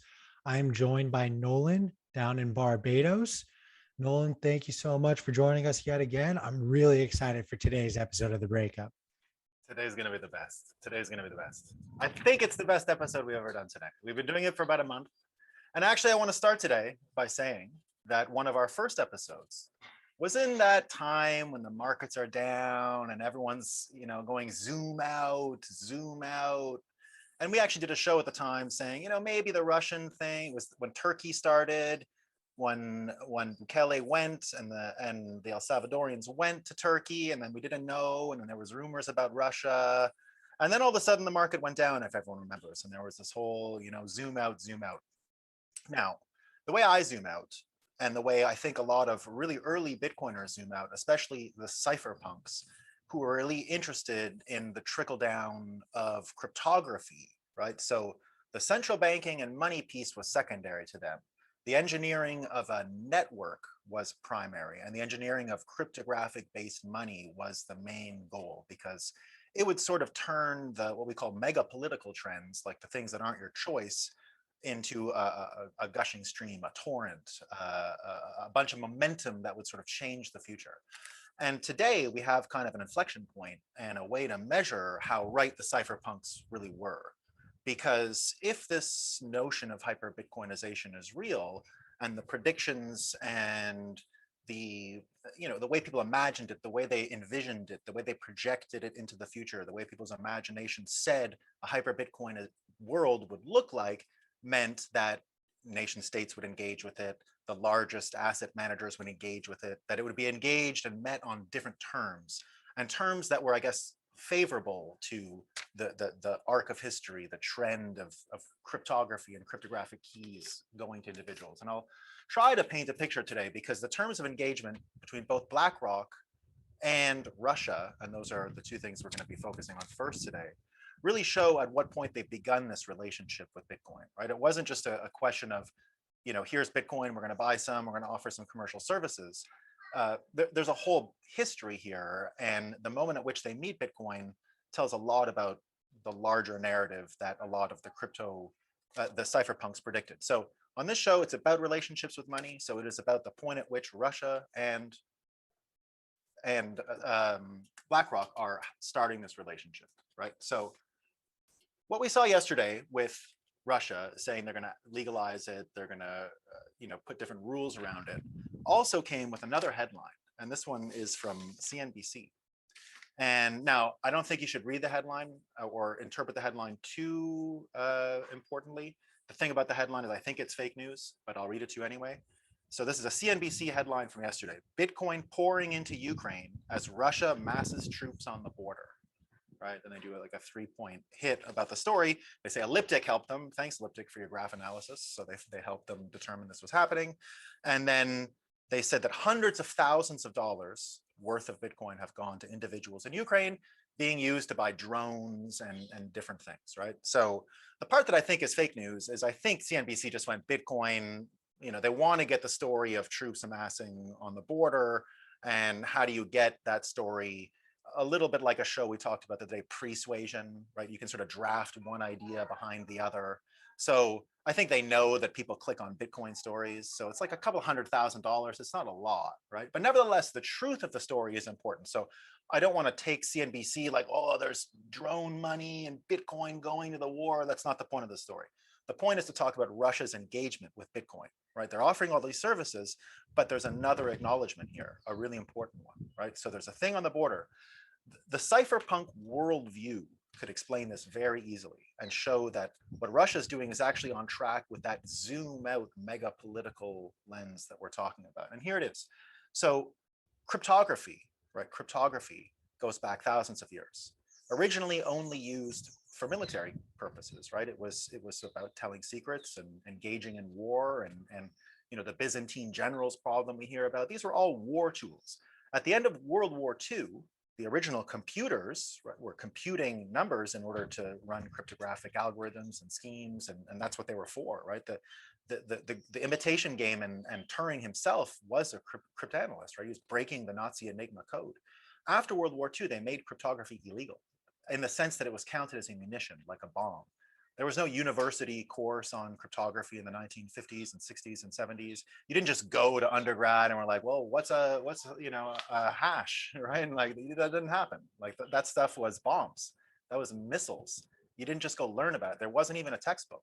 So what happened was they realized the power. Everyone in the world realized the power of cryptography after the Second World War, and they went, whoa, whoa, whoa, whoa, whoa, whoa. Slow down. This is a missile. We're not just exporting this technology, and it was in an export. America was not allowed to export the technology abroad. So in 1979, something amazing happened. Almost all innovation happened inside of the national security complex within the spy agencies. If you did, research on cryptography, they just bought you. They just said, stop, publish with us, as in don't publish, right? Tell us what you found out, and we're gonna figure out what to do. So in 1979, two guys figured out something called public key cryptography, right? They split the keys. They knew computers were coming. They knew the internet was coming. They knew personal computers were coming and the internet was coming, and that people needed a way to tell secrets over this network. And it was actually a massive innovation to split the key into public and private keys the way we all understand with Bitcoin. what ended up happening from there, so this era of only used in war, right? Cryptography only used for war goes from 48 to 79. From 1980, we start this personal computer era. And now cryptography is actually a thing you trade your personal information for, like your dog's name and your mother's maiden name, because you're too dumb to run it yourself. So companies will run it for you, right? That was sort of the compromise that was agreed upon. Maybe it made sense for the time, right? It worked fine for a little while. You trust these agents, they run the public key infrastructure schemes, they say, right? The public key infrastructure schemes, so certificate authorities, and here's my password. And it's that little lock that goes on your web browser bar, right? That's basically public key cryptography entering into the equation so that you can have some form of encryption. Now, of course, Bitcoin changes that. Bitcoin is the keys themselves, right? So they created a cryptographic system where the actual keys are the money. That was the big innovation that Satoshi, well, many innovations, but one of the greatest ones is just to flatten it and make the actual key the currency so that it's a bearer asset, and just possession of the key implies most of the ownership qualities we want to see in property, right? So a very simple format. The arc of history here is the trickle down of cryptography to the individual. Now, the thesis was for the early cryptographers that if you build a system like this, and if you empower individuals with the full power of cryptography, you're actually going to twist the whole axis, and that negotiating power, leverage, everything will be oriented towards the individual. Even state-sponsored violence, even the negotiating power of the state with the individual, all these things would subtly tilt at once. And what I'm saying today is if you look at the terms of engagement the country, Russia, came to with Bitcoin, with this implicit knowledge that an attack on Ukraine is also an attack on armed people who can get drones, who can get finance, who can get around all these different sanctions, all these different barriers that we put on, and actually launch counterstrikes onto Russia, right? So Russia has to sit there and be aware that, okay, they're arming up with Bitcoin, but Bitcoin is at their border funding the equal and opposite reaction in theory, right? So any engagement that Russia makes has to think of the counter reaction. The counter reaction on the doorstep does have Bitcoin involved. And even on their own end, their embracing of Bitcoin really is about sanctions. It's about their position in the energy matrix. So they meet Bitcoin with full knowledge that a lot of this is already tilted towards individuals, and that their ability to meet it in just terms of warfare isn't really there, but they have the same advantages that an individual would have in getting around sanctions that a state might put on them, in this case, the United States against Russia. So Russia meets Bitcoin on a lot of terms that already imply that this trickle down is happening, that power is moving from military to individuals, and that the ability of them to leverage a counterstrike on Russia, for example, is now enabled because of Bitcoin. Now, the next story, BlackRock, right? So BlackRock, $10 trillion under management. They said they're going to be, trading Bitcoin now. They're going to be, having a trade desk. They're going to be offering services. All big news. They also doubted what the Federal Reserve just mentioned before I got on, that interest rates will go up so much. So they're already saying, well, we don't really have a lot of faith in the Federal Reserve and their predictions. We see it a little differently, and we're going to stick to our guns. But the most important thing that happened yesterday, so they said they're doing Bitcoin, but they also, or the CEO also released his CEO letter, Larry Fink. Every year he writes a letter to the CEOs of all the companies they've invested in. So those $10 trillion of assets under management are all placed in various companies around the world. And that gives them a certain avenue to talk to CEOs and all that. So Larry Fink has been using this letter for years now to message what BlackRock is thinking. And in the same way that people pour over what the Federal Reserve chairman says, they sort of pour over this guy's letter. And it made big news years ago. He's all in on ESG. Apparently the woke politics, he had mentioned a few times in his letter that the woke politics were something he was interested in. Well, the new letter is a complete about face on most of those points. He turned everything upside down. And he said two really important things. So the first thing he said is that unicorns are going to take over, that we're going to see more and more unicorns. We only had a few unicorns 10 years ago, and now there's more and more unicorns. And he made a real prediction to the CEOs that energy unicorns are going to be one of the biggest. So energy unicorns were going to be something he was looking at. He specifically went against saying that it would be only the ESG ones. He said the governance of ESG, environmental, sustainable governance. The governance part, he gave specific directions on how to engage with voting proxies and shares and all that. But for the rest of it, he said, look, we're going to be investing in small companies that make a difference. On this show, you know, we like to talk about how Bitcoin is really going to power that small energy producing market and be the leader because of small modular nuclear energy. So my argument here is that admitting that all these energy unicorns are coming is also tacitly admitting that this trickle down is happening, because cryptography is going to be behind a lot of the energy production, right? So individuals running mines are going to have a lot to say in how energy is produced in the end. So energy unicorns and Bitcoin are becoming more and more fused. And from what I gather from a little bit of divination from Larry Fink's letter, you can see that he sees the same thing. The next part I found most interesting. A long piece of Larry Fink's letter, he describes the increased importance of employees now. So this comes amidst everything we've seen in North America with hiring difficulties, with people quitting their jobs, with labor shortages, and really this idea that a person, you know, not showing up at a job. We hear stories like this all the time, right? So the individual having this greater negotiating power, Larry Fink predicts in his letter that this is just the way it's going to be from now on, that individuals are going to have to be better treated, that retainment for employment purposes are going to have to be a real priority for anyone who wants a successful company and to find value, to grow, and to be sustainable. So what Larry Fink is basically saying is there's this new accent on the individual, that we need to start catering to this individual person because they can actually take their skills and go elsewhere. We see that on the country level. That's a big part of that nomadic idea, that you could move between countries and get a better deal, and therefore engage a bit of that game theory that we hear about when it comes to countries and moving in our negotiating power. But the most important thing in the end, though, when you think about BlackRock accenting individuals, ends up coming from the convoy. So in the same way that Larry Fink is talking about, let's get my notes.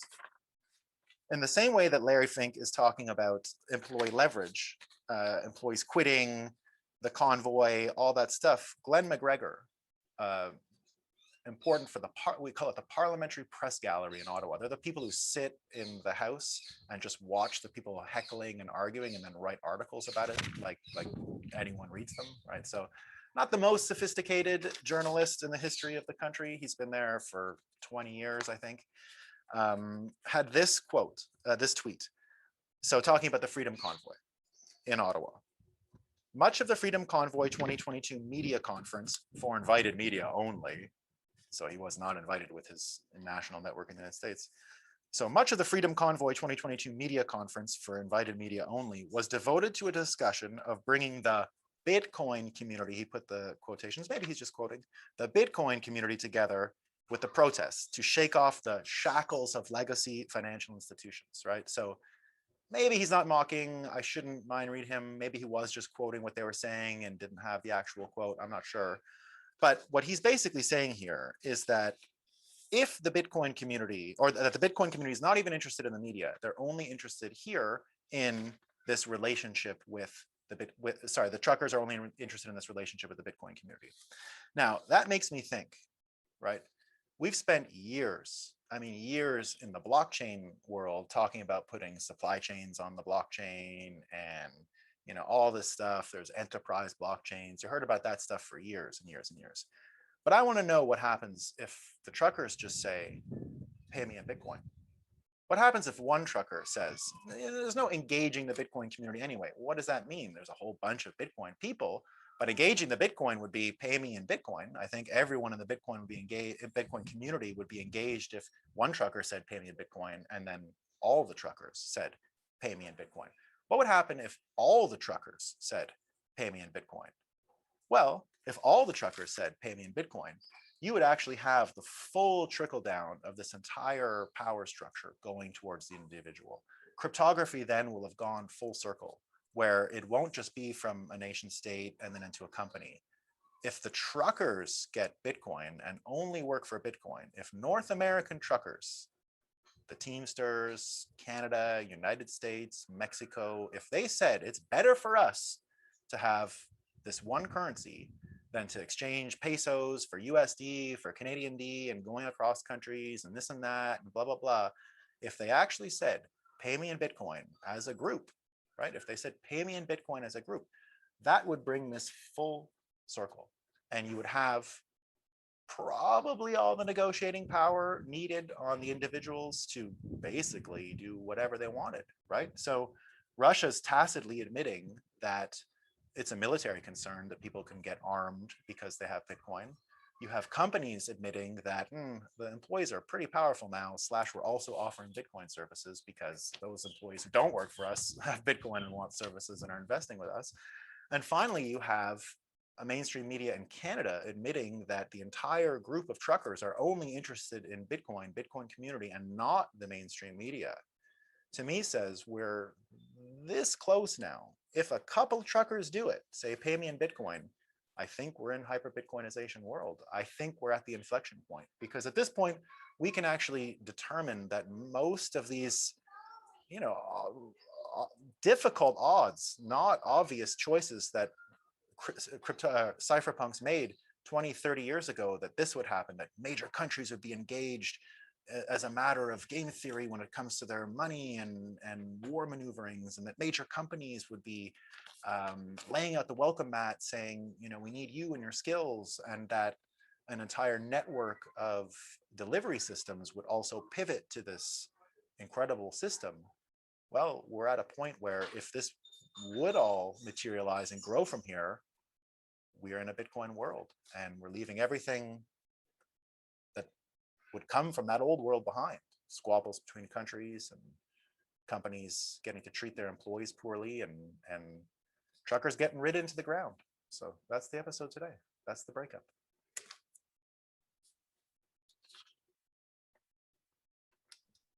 Awesome. Well, thank you, Nolan. That was really fun. I'd love to maybe break down a little bit if you've got some time. I got time. Love that. Talk to us a little bit about just, what are your concerns as far as the US's approach to Ukraine, and then broader, I've been talking a little bit about this. What are your concerns about the China-Taiwan stuff also sort of creeping up in the background of all of this? Well, here's the thing about the United States versus all these other countries. First of all, the United States doesn't really need to consider world wars. Foreign policy is like a game or a sport, because of if America breaks apart, that's all different, right? If there is ever an internal issue in the United States, that's no longer in play, and that's not what's going on, right? But that it's one country with two oceans and very difficult to access in any direction means that it's got a different position than the rest of the world. China has neighbors that are not necessarily friendly with it, right? Vietnam, Taiwan, Japan, Korea, all these places, right? And they've got their historical enemies south of them as well, right? You've got India, and then all the way over to Europe, technically, right? So when I see that whole part of the world, I say, well, I can't predict there, but here in America, what I think, no country in the history of the world has changed as much as America has, right? In its short history, it's gone through multiple changes. Almost every generation, they completely redo the country in many ways. And one of the neat things about it is if you can just picture that America's changed so much in its short history, you can also say, well, change never happened from the top down. Change in America always happens bottom up, just because they built a system that is so difficult to change, so inefficient, such a waste of time at every level, that it wasn't designed to actually get results. It was designed to not anticipate, react to change in the people. So the people, if they all move in once, and if it seems like it's beyond consensus, it will change. So when you look at the Civil War, there's problems with this. In the Civil War, it shouldn't have taken so long after the end of it to have Reconstruction. That's what happens when you leave things up to, bottom up. It just took a long time to change the human heart. It was one thing to change the laws, but it was another to undo all the other damage that had been done, all the brain damage that had been done from the way they'd been living. But nevertheless, it changed. And I think that the United States will always be that way. The change will come quickly and suddenly because the people themselves are able to manifest it bottom up. So in the case of the rest of the world, look, they already got everything they could have ever wanted. China got everything it could have wanted from America winning World War II, right? America winning World War II gave China access to all the world markets, and Japan and Germany. Everybody got it, right? America just policed everything. If America goes away and you got to fight for that stuff yourself, it's a different game. It's not quite as easy as, China takes over. I still think China takes over, but China taking over doesn't necessarily mean the CCP takes over. I think China culturally, it's the biggest market. It's the biggest place in the world. It's always been a unitary country, right? It's always thought of itself as a nation, as a country, and the CCP embodies that. But maybe that's what changes, right? Maybe being Chinese, they've never experienced a diaspora like they've just experienced over the last 150 years, right? They've gone all around the world now because their country wasn't that great for a long time, so they're now everywhere. And a lot of stuff has happened in that time. So I think the CCP is not China.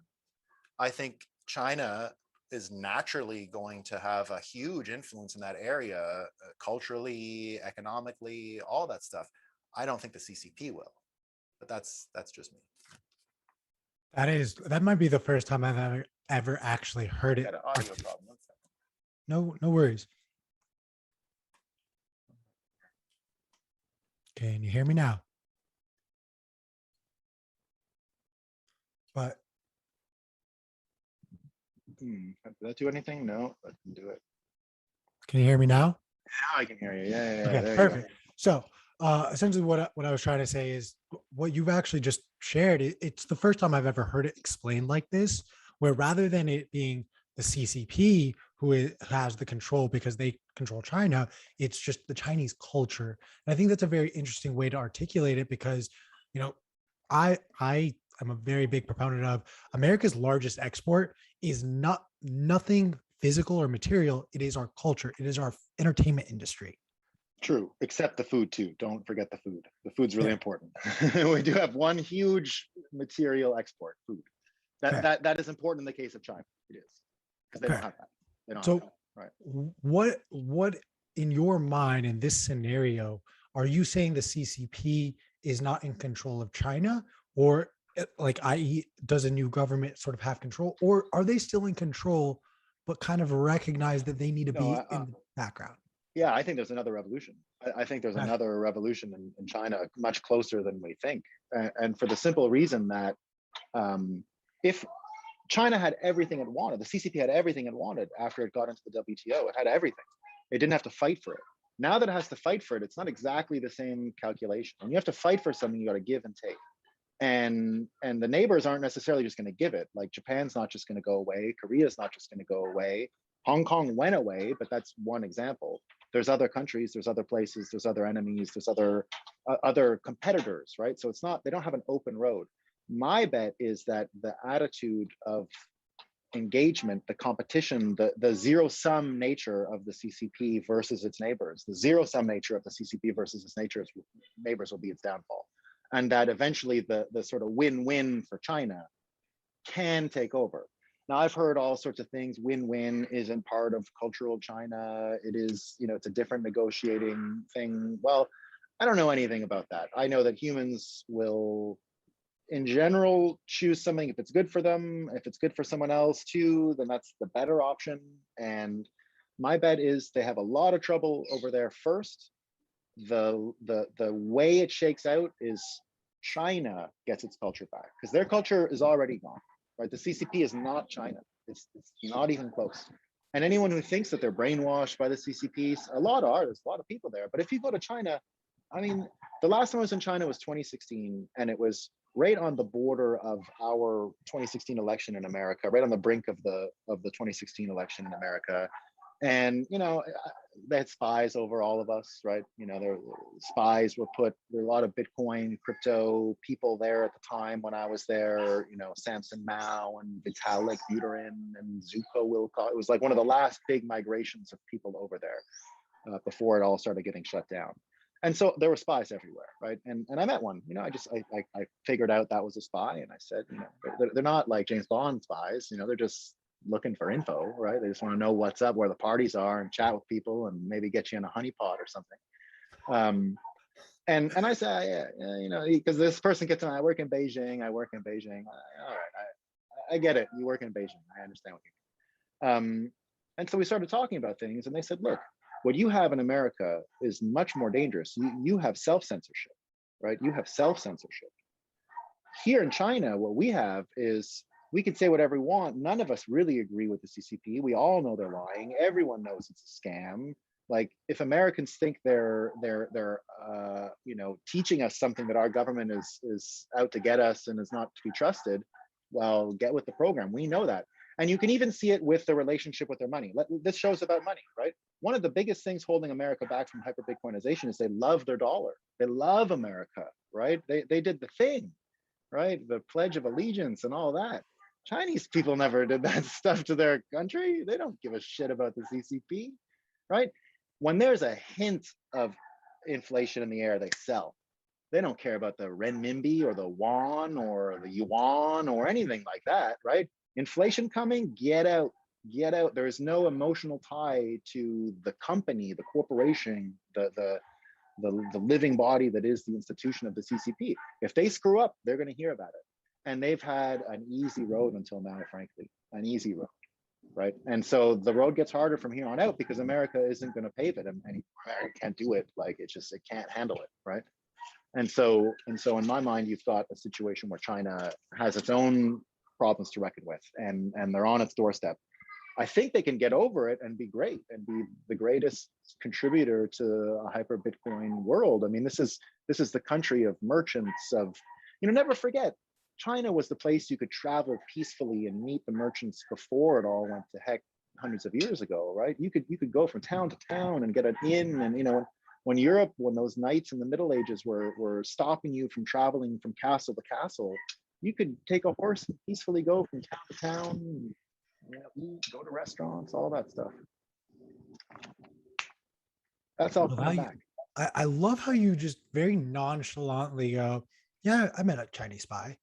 And Well, they got a lot of them. There's a lot. They're all over this country, right? So where I kind of want to unpack this. Like, in China, did you meet him, or was it abroad? China. And he felt comfortable having this type of dialogue with you in China, because frankly, I am skewed by Western media as far as what Chinese people yeah. That was even, I think even one statement is that he said is like, I can say it. This person's an idiot. That person sucks. They're spying on this room. They'll figure it out, but no one cares. No one's ever going to do anything about it. They understand power more than anything, right? There's no influence there. If the influence would be triggered, yes, it's a problem. If other people follow, if people move, you individually having a thought, no problem, right? No problem. You're moving others, you're getting people to mobilize against the CCP, major problem. But that, even from the spy, that was the dividing line, right? That's sort of how, now the spy, you know, we can all play the same game. Here's a drink, here's a drink. If you recognize it early, it's easy to get, you know, it's easy to countermeasures, right? So there was a lot going on that night, you know. Fair. I will say, as someone who did not grow up religious, the fact that I did have to pray to the flag, I think looking back is one of the things that I kind of laugh about sometimes. But hey, in this country, brainwashing is good. I agree with it in a lot of cases, right? And you gotta choose your brainwashing. You know, it's part of the system. It's not even part of the system. It's like even Bitcoin has ideas that we self-perpetuate and that we reinforce, and, you know, that we adhere to. There's slogans. There's easy ways to remember something. There's answers to questions. There's all those things. So the operating system is to fill like, we're not rational, right? We fill our brains with narratives that make sense to us and help us orient and navigate the world. But, you know, it's the American thing was great for a long time, right? It worked, but now it's out of power, out of energy. Your brainwashing comment reminded me of a line that I read this morning while I was reading Marcus Aurelius's Meditations, where Socrates used to call the opinions of the many by the name of ghouls, bugbears to frighten children, essentially insinuating that when the masses fear something, there's Yeah. a reason that that fear is shared with you. It's to make you Mhm. think a certain way. So be cautious and aware of that. Nolan, I really appreciate your time. If you have more, I'd love to just keep this conversation going. Sure, yeah, let's do it. I got a bit more time.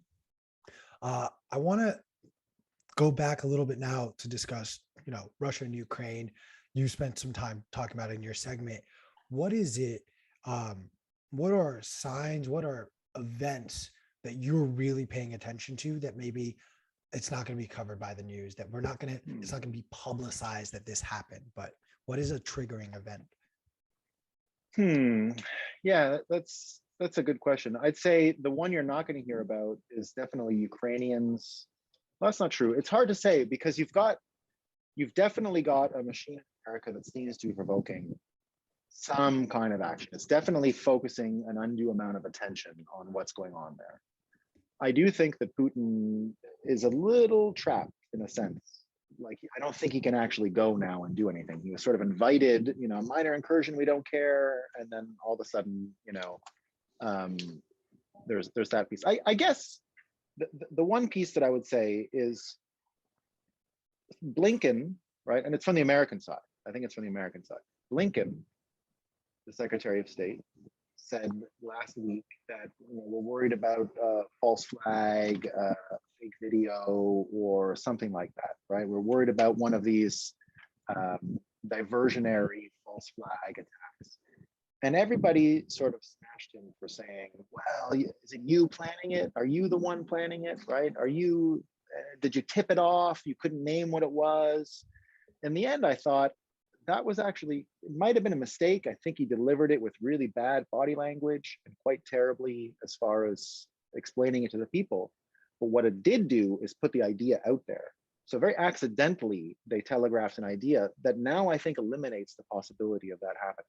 Because they had predicted it and said it out loud and it got the reaction, I think it could have actually taken the tension away. As much as that sounds counterintuitive, I think it actually averted disaster. So for me, I just think I continue to see that there's nobody wants this fight on that end, especially. I think the Russians understand that it's a major problem.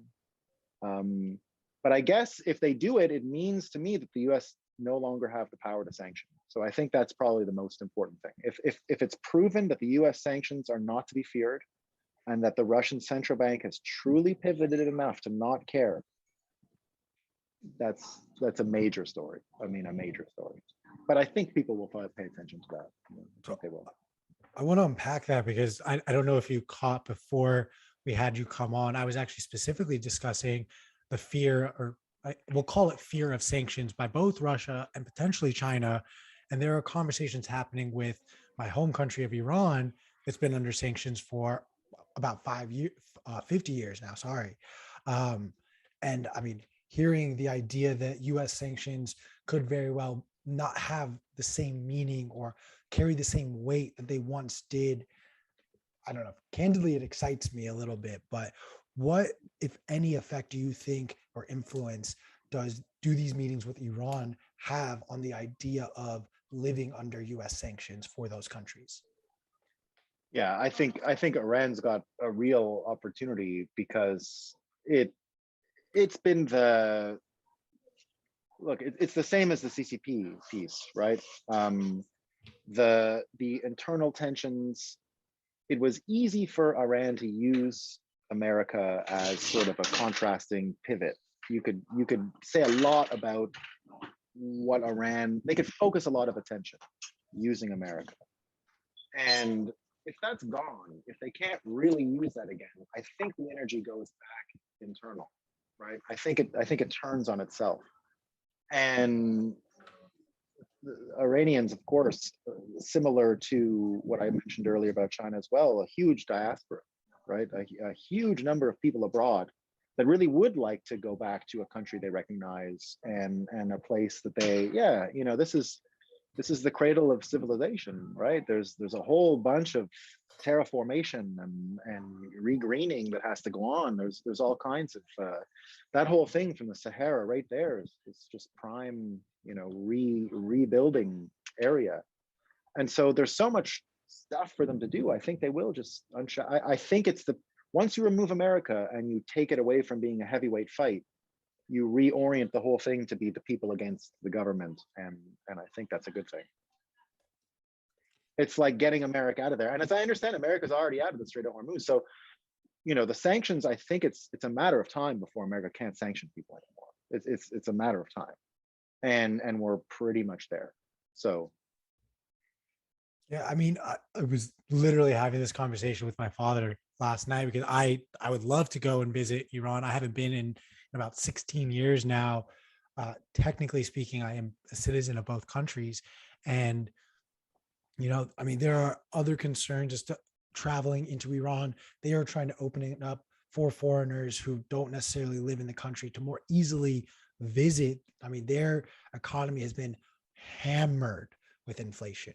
In 2 years, they've seen 97% inflation.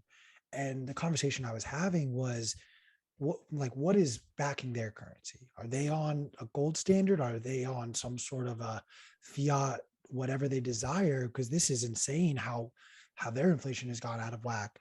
And I mean, this is pure speculation, but it is, my understanding is they have a basket of currencies that they hold in reserve, foreign currencies that they back their currency on. But the issue is, as you are debasing your own currency and what you are holding in reserve at the same time is being debased, you are seeing it at a much more exponentially faster rate than any of these other countries, because you are tied to their inflation. And on top of that, you have your own inflation to deal with. It remains to be seen. I am curious if another component to bring it back to Bitcoin, Iran does have a heavy amount of hash rate. However, it is not publicized because they are very aggressive about using VPNs to circumvent sort of security concerns, as well as just any sort of attacks that could come digitally to their country. I mean, you have Russia now talking about we should be a leader in mining given our competitive advantage in energy. You have Iran that is secretly established themselves as Bitcoin miners. China at one point was the hub of mining. Despite their ban, I still believe they will reverse that decision. You're talking about 3 countries that don't like America that could potentially control a majority of the hash rate if movement goes in that direction. What is a concern that you may have if that scenario plays out? Less worried, frankly, about any even economic war in the case of America. Like when I would see, if it's just purely economic in this case, right? Just purely economics, then I would say, well, America, just as private industry for hash rate, just the capacity of the hydro dams in Canada, the energy that's just marooned in Alberta, if it really turned into hash wars, I don't think anyone, I don't think, maybe there's more capacity abroad, I'm not sure, but there's enough in America, the whole continent, to keep it fair, I believe. What worries me is if those countries get to space before America. I think America has a short window to make sure no countries dominate space, and that people can actually go up there, and Bitcoiners and everyone, and explore and do all kinds of great stuff. For me, the thing that I actually do worry about when it comes to war in Iran and Russia and China is if someone goes to space and just clears out our satellites, and we're not paying attention, right? And we're just like, because then America's in the Stone Age, right? We're done. Like, we're done. It's over. Doesn't matter what our capacity it is. It doesn't matter anything, right? So the good news is we got Tesla, who's putting more, Elon Musk is putting more satellites in space. And one of the most amazing things he's done clandestinely, right? Clandestinely. This is good for Iran. This is good for everybody. Is all those rockets that are going up with the Starlink satellites, the low orbit satellites at 55,000 feet. So just above where the airplanes go, right? Those things just come out, they like fly out of those rockets, right? You ever seen the deployment of these things? It's amazing, right? It's just satellite. He's put more satellites in space than humans put in before him. He's got more satellites than humans, right? He's got more satellites than human beings, the category of humans. And And when you look at what that's for, is it to make them rich? Not really. It's actually to get rid of a terrible choke point that we had, which was corporate control of terrestrial antennas, right? Because it's a different network. You don't need the ground antenna anymore. You're actually just communicating with the sky, with space. So from then on, you don't have to go to, AT&T or Verizon or Sprint or any of these other people. They would have choked, right? And then that gives us all this sort of stake in space, and this, we need space, and there's a more of a focus on it. And that's what I want to see, right? I want to see not just a hash force, but an actual space force. And I want to make sure what Blockstream did, putting the satellites in space to mine Bitcoin, is not just a publicity stunt, that it actually is the direction that we go in, so that Bitcoin truly can survive any war on Earth or in space. Honestly, I always learn from you. I've never even given thought or consideration to the idea of someone can just very quietly find themselves in space and slowly, one by one, take out satellites. Yeah, I mean, but look, even in this story, the Ukraine drones, right? It sounds like, okay, they're gonna a couple $100,000 and some drones, but they can fuck with people. Like, it doesn't take much anymore. Like, do we even have, is there even can we have wars on planet Earth anymore that are worth a damn? Like, what would a tank battle last? Right? If the drones are coming from space, I mean, what's all the tanks? How long will it take to destroy all of them? Half an hour, 25 minutes? What about all the aircraft carriers? How long would it take to destroy them all? I don't know, a day, right? Maybe. Like all the F-35s, whatever. They got to stop at some point. What if they go refuel and a whole swarm of drones comes, and you don't know who's controlling the drones? You don't know where they're coming from, whether they're in a bunker in Siberia or not. We don't know. We're never going to know that stuff, right? Like, now there's, people meeting in public might not be that much fun anymore, right? It might not just be COVID that keeps us out of meeting in public. It might be these fucking drones everywhere. But it's not tanks, and it's not the rest of it, which is just awful. So space is where you're going to see death, war, and fighting. I think almost 100%. Almost 100%. On Earth, I'm not so worried. It's a scary thought, and I mean, it goes back to the honestly, one of the most common anti-Bitcoin statements, which is, well, what happens if the internet goes down? What happens if electricity goes down? How are you going to access your Bitcoin? You're going to have a lot more problems than accessing your funds if internet is down in this country. Let's be honest. But we already had that solved with the Blockstream satellites. Once they had global coverage and full sync, I mean, you had to go knock the satellites out of space, which I'm saying is going to be a problem in the future. It's not a problem now. But we could have already survived an apocalypse up until now of the internet. Maybe the mining hash rate would have been really reduced, and there would have been a lot of trouble, but the network would have worked. I want to present one question. This has been something that, like, I have my own stance on this. It is from our chat from Michael Hibbert. In your opinion, why doesn't the US just print money to buy Bitcoin?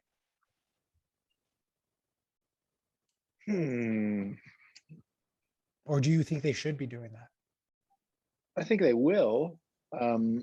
My understanding, my bet is it's too much. So the way I look at it is, it's again in that relationship piece, right? Anyone who's still in government, even look at the Trump administration, Mitch Mulvaney, right? He was the chief of staff. Before the Trump administration, he was thought of as the Bitcoin congressman. He was like the first congressman to be into Bitcoin pre-Trump. And then he became the chief of staff, right? And so when that first happened, I said, wow, this is going to be great, right? We got the chief of staff of the president of the United States who's a Bitcoiner, like a mega Bitcoiner. He got it, right? This Mitch Mulvaney got it. But what you saw was he was facing the same sort of persuasive wall that anyone who knew Bitcoin in 2014, 2015, 2016 had. It's almost like, it's like when I look at inflation today, right? That's why we don't talk about, oh, what this person said about inflation and it's going to go up. I actually can't understand any of it. You can't look at it and make any sense of this stuff. It's way too complicated.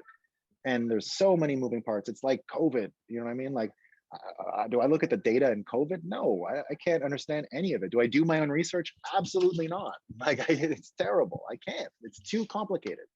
So my bet is they're not mining Bitcoin now because it's not even about it's too they literally can't.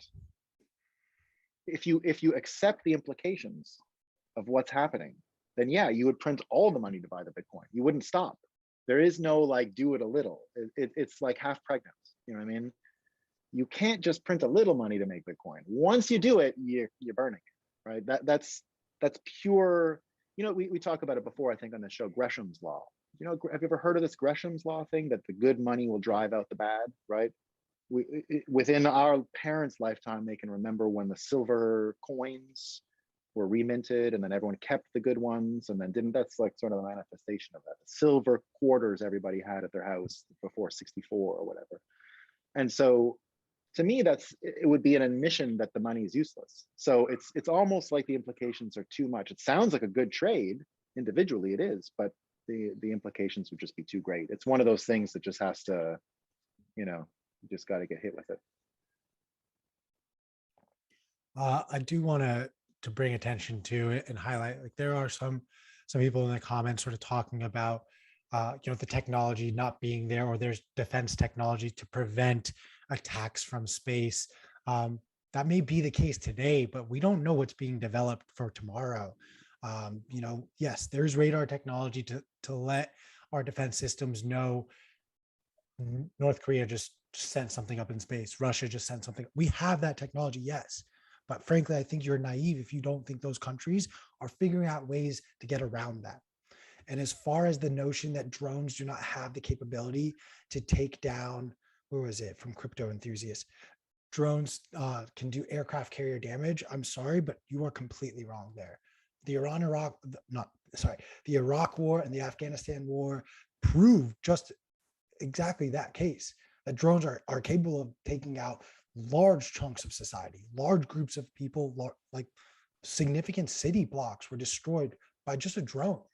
And again, this is the capabilities of last decade. What about the capabilities of 20 years from now, of 10 years from now? Technology is increasing at such a rapid rate. What we know as today being the most technologically advanced whatever, by tomorrow, by next week, it's obsolete. Yeah, precisely. I think you're right. Yeah, I think anytime you're in one of these war situations, there's always sort of a staggering, jaw-dropping change in weapons. Like the first machine guns in the Civil War, people are like, what are you talking about? Like, are you kidding me? You're just gonna and kill all the people? And they did, right? And then you look at World War I with the trenches and the gas, and then you look at, like, no one predicted gas, right? Gas. And then next, the jets and the nuclear bombs. I mean, these things would have shocked the people at the time, and I think they did, right? We're still living with the reverberations of the shock of the power unleashed in those first, and the terror unleashed in that war. And I always, you know, I don't know what it is, but my mind has accepted this blank space in the future of war, that there will be a weapon that emerges that I say, well, I didn't expect that. Like, that's a surprise, you know, where did that come from? And it's really powerful and it changes everything. And it could even be, in this case, these little drones, right? Like, what if a little drone spits some battery acid, you know? what if it was like all kinds of battery acid hitting a aircraft carrier? What happens then? Do you think an F-35 flies with like a, you know, bit of a melted wing? Is that how it works? Is that how the most pristinely engineered piece of military technology actually functions? Like, you can just break it a bit and then it still works? I don't think so. My bet is no. My bet is they're very finicky in particular. And you know, just like an F1 car is not the right car for every, you know, road. Like, I don't know if these planes work for everything. Technology is a weird thing, and unfortunately, with technology and human beings, war just continues to get exacerbated into ways and mediums that we would never expect. I again urge you guys, yes, the weapons of today may not necessarily help bring what we are describing to life, but we're not talking about the weapons of today. We're talking about the weapons of tomorrow. And literally maybe tomorrow, like maybe tomorrow. like February, whatever, 8th, 9th, Nolan, I really appreciate your time. I've been stealing you for far too long. I know you're with your family. I will let you go, man. Thank you again. Awesome show, man. Thanks. All right, guys. We are going to be wrapping up here shortly. But in the meantime, I want to remind everyone,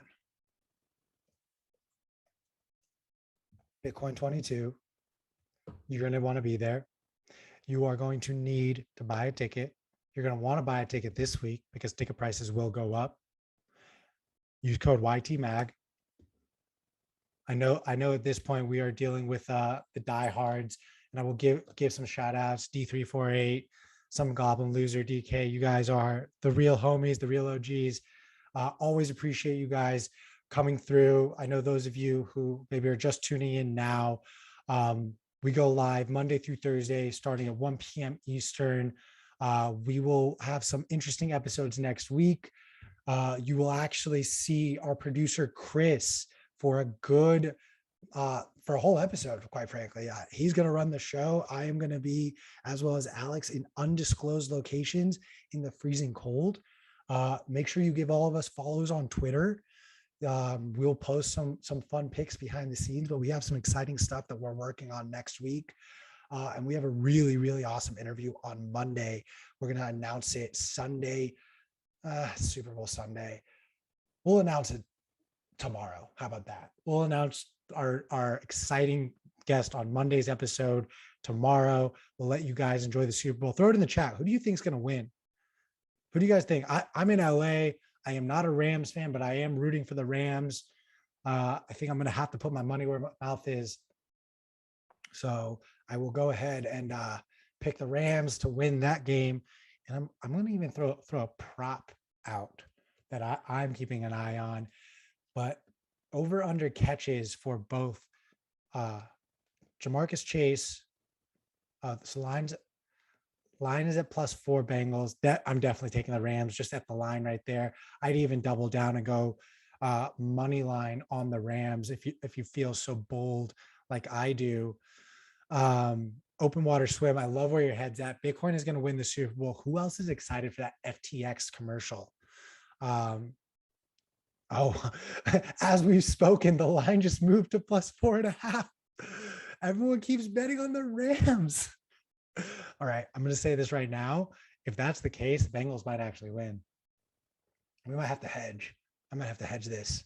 Maybe take the Rams with points and then money line it with the Bengals just to play a hedge in a certain way.